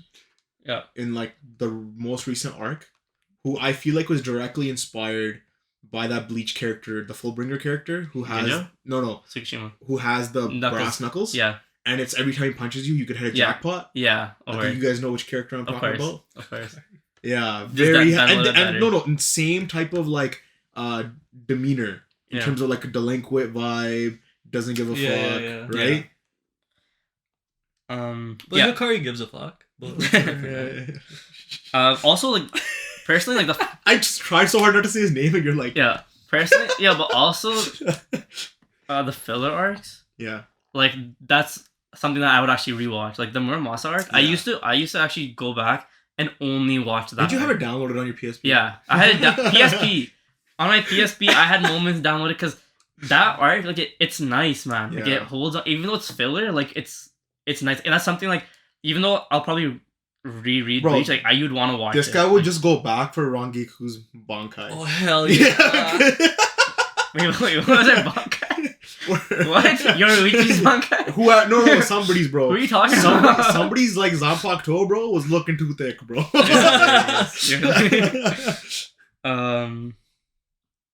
Yeah, and then for the eyes and stuff, like the Arankar stuff, I'd probably Yeah. only skip the fights where it wasn't the captains fighting, like the pillar fights that they were doing. Yeah. I'd probably just skip those, but Mhm. other than that, like I'd want to watch everyone pop off. Mhm. And I feel like with the new animation we're gonna get, Oh yeah. and with the Quincy arc gave us so much fan service, so much Bankai, Yeah. so much shit to go off of, Yeah. where like you're just gonna love it, like regardless. And yeah, Yeah, I agree. All right. Point number 10. Our biases. Feeling as a reader or watcher. Yeah, I mean, I feel like all of us have a bias towards Bleach. Yeah. Yeah. Like Yeah. it hits I a feel sweet that. spot for all of 100%. us. I feel like we do recognize that there are issues with it. Of course. Yeah. I mean, Point we them have- out. yeah. I feel like the least one to Is he? recognize them is You. God. Yeah. That's because you got a tat on your arm, bro. That's fact. You got him tatted right on your Yo, arm. no, the thing is, I recognize the issues, but despite those issues, I enjoy it fully. Because No, I know, yeah, that's all because the good. way, That's the all way, good. I'm just saying, like, yeah, because the amount of times you and me have had like a debate on Yeah. like Bleach on like Yeah, issues so or much. something so often. much, bro. Yeah. Because like I'll go off on it. I'll be the devil's advocate completely, and then you're just Yeah. like, bro, Bleach, just like you don't Bleach. yeah, because even if like as a rating, if I Yeah. was like Bleach as like, say if I was even like a Bleach as like a 6 out of 10, regardless of my rating for Bleach, it would Yeah. always be in my top 10. Yeah. You know what I mean? Yeah, And yeah, it's just I don't know how to like place Yeah. it because of that. No, because it You does know? do so many things so well, bro. Yeah. And for me, like because it does those things so well, I don't care that it's lacking on story. I don't Mhm. care that it might have those plot holes or whatever. Yeah. We all grew That's up true. on it. Yeah. Like, That's it's true. obviously That's gonna true. be But even- something sweeter for us. Even Yeah. this like reread that I had, like me reading through it, I wasn't like, this is like so boring. Like Yeah. when I read Attack on Titan, it took me so long to read through Attack on Titan because I was like, I'm so tired of this. I wasn't tired of Bleach. Yeah. You know? That's true. So it's just That's what I'm saying. Like when I was reading, I was like, bro, no way, this Yeah. guy came, and then this guy came. like You know, like for what I want out of it, I got what I wanted. Yeah. You know? And then like just 'cause I brought up Attack on Titan. What I wanted out of Attack on Titan, I didn't get what I wanted. yeah. Right? So like yeah. It kind of sucked though that like Bleach's like popularity dropped, Mhm. but it's like weird. It's like building up again. Yeah. Yeah, it is. Like the It shouldn't have those, dropped. Like those it's- motherfuckers that dropped it and now are hyped up. Fuck. I you. think- yeah, exactly. Yeah, exactly. I think word. it's so weird Fuck because you. I think the way that it dropped though, it's so weird because at the time that it was airing, it was only on TV and stuff. There wasn't really streaming services, none of that But stuff. like it was Yeah. manga So- popularity that dropped and at the and same that's the other time. thing, 'cause we're all like it wasn't kids. just anime that popularity that dropped. But we're also The like, manga popularity dropped. I think as what he's well. trying to get at. we're also kids. Like we don't have money to spend on the manga and Yeah. stuff. We couldn't And help the now circulation. all those people Now that we've kind of grown up Yeah. and like we're able to spend that money, And to I get go, shit let me out, support this shit. It's like It's a it's whole a Star different Wars thing. thing. Like the people Yeah. that like Yeah. that were Yeah. already grown with the prequels, Exactly. they hated it. Yeah. But the people that grew up with the prequels love it now. Yeah. And they Yeah. still love it. Yeah. Exactly. So I think that's probably why the popularity kind of came back up, right? Because Mhm. everyone else has been wanting it, and then No, the reason no. why it tanked is because the times. Yeah, and I'm whatever just saying, happened. like the people that dropped it, that like Fuck you know, them. are Bro, the coming back. transformations in Bleach will always be so crazy to me, Yeah. bro. Yeah. Like, no, anytime Ichigo pulls up and he just puts on the mask, he's like, yo, I'm ready to go. Just puts on the mask. Just so Just puts on exactly, puts on the bro. mask. Yeah. So Man's a serial just want killer. to go back. I just want to go back real quick. When I was talking about Yawatch before, I didn't actually get to like talk about his character. Okay, yeah. But for me, when he pulled up, he was an overdone villain at that point. Yeah. Like when he talks to Ichigo and he's like, everything that you've done was my will. Yeah. Now you're just a shittier version of Aizen and Ginjo in that way. That's true. But in a more vague way. Like he was just like, yeah, it's just my Quincy influence on you. But you're just like, why even have that? Yeah. You know what I mean? Like that's just Yeah. But that's what I mean. Like, I didn't like that. There's a aspect Soul of it. Society arc. There's so similar. And then like the Aranka arc, it's kind of like the same thing. Mhm. And the Quincy arc, same thing. Same thing again, you know? Yeah. But it's also like, if you have a system that works, like why fuck with it? Also, But I guess Or if you just because don't- that's or kind if of you're how just not that's a kind of strong writer. yeah, but that's kind of how One Piece is too, right? The structure of like each arc is almost very similar. But it's different though. Yeah, that's a whole other Yeah, thing. we're getting but- into that's something we'll talk about later. Yeah. That could be just like a weakness of writing thing. yeah. Honestly. So anybody you want to go to our ratings? Do you guys want? Yeah, sure. Well, what's your conclusions? My conclusion is Bleach is a flawed masterpiece. I feel that. A flawed masterpiece. Wow. Yeah, I feel Wow. that. It's imperfections. Yeah. Yeah. It's nah, bro. It's wabi sabi.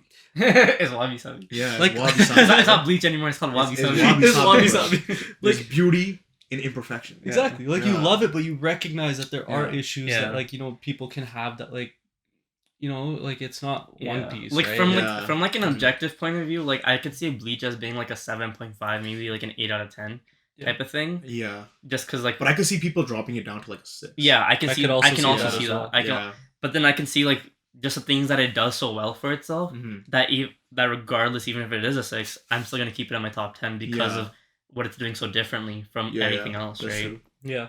So like I don't know, like personally, like I'd probably give it an 8 out of 10. I'm not Yeah. giving it a 10 out I'm of giving 10. it an 8 out of 10 as well. Right? And it's- Yeah, I'd give it 8 out of 10 as well. And I was just- thinking 8, maybe 8.5. yeah, like it's Yeah. like I feel like it's more like how recently you went through it kind of thing. Maybe it could be better and worse. Mhm. Because like the more in depth you go with it, and the more you kind of learn. Like I didn't get to go through like any of like Kubo's interviews and things like that. And like the more, Right. and I'm the type like the more I learn about it, the more I'm like, yo, this is crazy how he did this, Mhm. right? So like, it may be a little bit better. And anime personally, I'd probably give that like that. I could give like a 6 out of 10, just because of the filler. Like if you're including all of it, Yeah. maybe like drop it to like a 4 out of 10 or something. Because like, What? because the filler just fucks it up so It hard. does. Bro, 4 out of 10, that's But- the horror rating. Okay. No, but for TV shows it's different though. Like yeah. I'm saying like objectively. Like for Yeah. myself, I'd probably I still give it like a 7.5 because for me like yeah. the only filler that I didn't like was the Bount Yeah. arc filler. That's true. And the voice acting, the sounds, everything like everything's perfect. Yeah, Like, it's everything's really amazing, well right? Mhm. So you're not like this. It's just an issue of them shoehorning arcs in the middle of another arc, Exactly. Yeah. yeah. right? So that's the only issue with it, and that's kind of And also, like, what we brought up during the pod, like, no one had a purpose, man. yeah, That's Yeah. the main thing. Like, if they had a purpose, more character development, obviously it'd be higher. But yeah, and those problems that we did mention about Bleach, like yeah, the pros outweigh the cons very heavily. You know what I mean? Like the pros are like what Bleach did so well is so much better than what it did wrong. and the characters And, you got like, from it too. No, I Yeah, feel I like mean- what I did wrong are like there are major points of what it did wrong, which Yeah, like But where we look past it because at Yeah. least I look past it because I grew up with it. It's something that I'm biased towards. like, you're nostalgic towards it's it. I would nostalgic say- towards Yeah, it. no, yeah. I would say I look past it because of the characters, bro. Like Urahara. Like, I look- you know what I mean? Yeah. Yeah. I look past it. Yeah, I look past it because of how well he did the other things. Like Yeah. the stuff that I really liked about Bleach, because of how well he did those things that I fuck with. I'm okay with letting go for a couple of those things that like because But it wasn't a couple. Like his, I mean, like They're you're- huge. Yeah. you know what I like mean? it's a manga. It's you're writing it, and when your writing's lacking, that's a major. major point Mhm. to like it consider. is, Mhm. it is. But when I'm comparing it, like there's like a threshold. Like at one point, I'm like, okay, fuck this is trash. Like with Thor or like No Way Home, whatever. If the writing is just like so subpar in terms of what But it he gave loved us. Doctor Strange. Yeah. Listen though, that's what I'm saying. There's like a threshold of the writing where I'm like, okay, like I can deal with like a few of these plots, like whatever. Yeah. As long as like what I'm getting is like something that like I like that I got that. Yeah. You know what I'm And saying? I think that's what was basically the 1,000-year Blood War arc is a microcosm of what everything that else, was wrong with Bleach. Yeah. Yeah. It basically like took that and just like you saw Yeah. it all in that one arc, right? Yeah. Where you got the fan And- service and you yeah. got like the blacking and writing. And That's exactly what it was. The way we saw we didn't even mention it, but like the Flowbringers coming back in the Quincy arc, Yeah. because Yeah. you see Yukio, you see Ruka, you Yeah. see Genjo, and you see Tsukishima. Like, Yeah. I'm just like, while I was reading it, I kind of noticed that I was just like, man, I'm actually tired of these fake out deaths type of thing. Because Yeah. Tsukishima, when they were leaving, it felt like he was dying. Uh, When he was on the back of that dude, no, I thought Ginjo died. Yeah. Yeah. Genjo did die. he was there. Like that's the thing. It's like, yo, what the fuck? Yeah, Yeah. and they're all there. And then I guess you could say But like their spirit. Tsukishima, I didn't feel like was dying when the guy was. You could see, carrying I like, feel you like could say that their spirits maybe might have crossed Just- some just random Just on shit, a- but just on it's a- just like a quick note. That's something that they have to change out of the anime yeah. because they really make it like he's dead. Yeah. Yeah. No, that's what I'm saying. Like, it was weird because I noticed them and I'm like, because I don't remember all of them being there. I remember like some of them coming back. I thought whatever. it was just like But like two or yeah, three. That's what I no, was but thinking. it's 4 of them come back, Like what? and 2 of them I really felt like they died because Tsukishima like was on his last breath, and while he was dying, he kind of like talks out. He's like, "Yo, Ginjo really understood me," and I kind he's of being- finally found a friend. And He's shit, being and- carried away by that By that guy, That yeah. guy. So But- you're like, maybe he saved him. You know, it was just like it's ambiguous. yeah. Yeah. And just because like the way he's walking away and everything's white, you kind of feel like he's gonna die on his shoulders. Mm, That's the way I Yeah. felt. Well, when you don't You draw know? your backgrounds, it becomes a pretty big issue. Yeah. Yeah. No, but I think at 8, maybe a 7.5 is like a very good 7.5 is area like to keep 7.5, Bleach. Yeah. Yeah. Yeah, and I think this anime will probably give a better rating for Oh, the yeah. anime overall. That's Yeah. true. Yeah, like my rating for the anime is like it's a 6 out of 10, even though because it's more about like in terms of the adaptability from the manga. Mm-hmm. I would say it's like a 6 out of 10 just because of the filler, but like I like it so much more that like Yeah. like the OST and everything, Yeah. voice acting, like it's so hard. It's crazy. And especially like I guess if you're comparing it to like some of the anime that we've seen recently that get that really bad treatment of Mhm. just not getting, you can kind of appreciate this anime a little bit more, That's For sure. true. right? And like I haven't seen the anime in a long time, so I feel like it might have to go back and Like I was rewatching scenes as Yeah. I was going through Yeah. it. Yeah, and it was pretty good. yeah, no, like I Yeah. can remember to this day like Mhm. so clearly, which is nice. It's just Yeah. the thing is the anime added a lot of like in between shots. You know what I mean? Like for Yeah. example, you know when they have that whole turn back time and they show what happened to like the Vizards when they were captains before, Yeah. and Hiyori is the vice captain for Urahara. Yeah. In the anime, you have a lot of time with Hiyori and Urahara, and they're like bickering back and forth. And Yeah. you have that like one scene where Hiyori goes to like drop kick him in the face. Urahara steps out the way and then goes back in. Yeah, That never happens in the manga.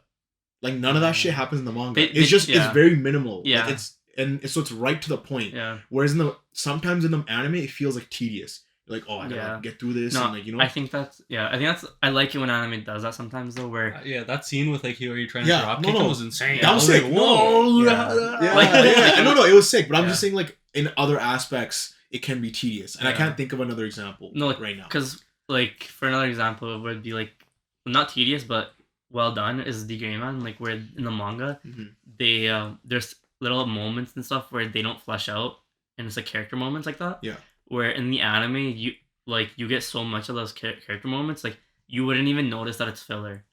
You know what I mean? Like because it's like, and it feels such a natural progression, especially for when the time it came out, like in Yeah, yeah. 2008 or whatever. yeah. Like it just feels like this is like if I like was gonna read the manga, I'd expect the same thing I saw in the anime. Yeah. But then when I did read the manga, I was like, okay, like this is not like this sections where they've cut out where I'm like, you don't really feel that same type of like friendship and like familyness that you would feel normally. Mm-hmm. Yeah, and sometimes like an anime can bless it, and you know how anime Mhm. blessed Demon Slayer too. No, essentially, right? Yeah. Like you can Yeah. see how much Well, of the anime literally, can take Well, literally, yeah. bro. That's a difference. Yeah, We'll talk well- about that one on its own. Yeah.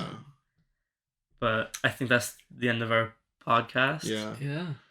We hope you guys enjoyed the discussion. We Maybe, look forward to the 1,000-Year Blood War. Yeah. anime. yeah. Hope you guys heard things that you guys didn't notice the first time around, Yeah. and then Maybe think- it gives you different perspective. yeah, and Yeah. probably agree with at least one of us. Yeah, I feel on like something. At least one thing. And if you hate everything, tell us. tell us. At our Twitter. or put it in the comments below. Like the video. Yeah. Like the video for sure. Yeah. Subscribe. If this is audio listeners, keep it up. Yeah. Yeah, Follow our Twitter at Satan Society. and I think we should thank you guys here because the 1,000 downloads. I don't know if we did it before. We did, We but did. we can do it again. Do it again. Do it again. Yeah. 1,000 downloads. Crazy. So happy to have that. Yeah. Yeah. Thank you guys. Thank you guys for watching. Peace.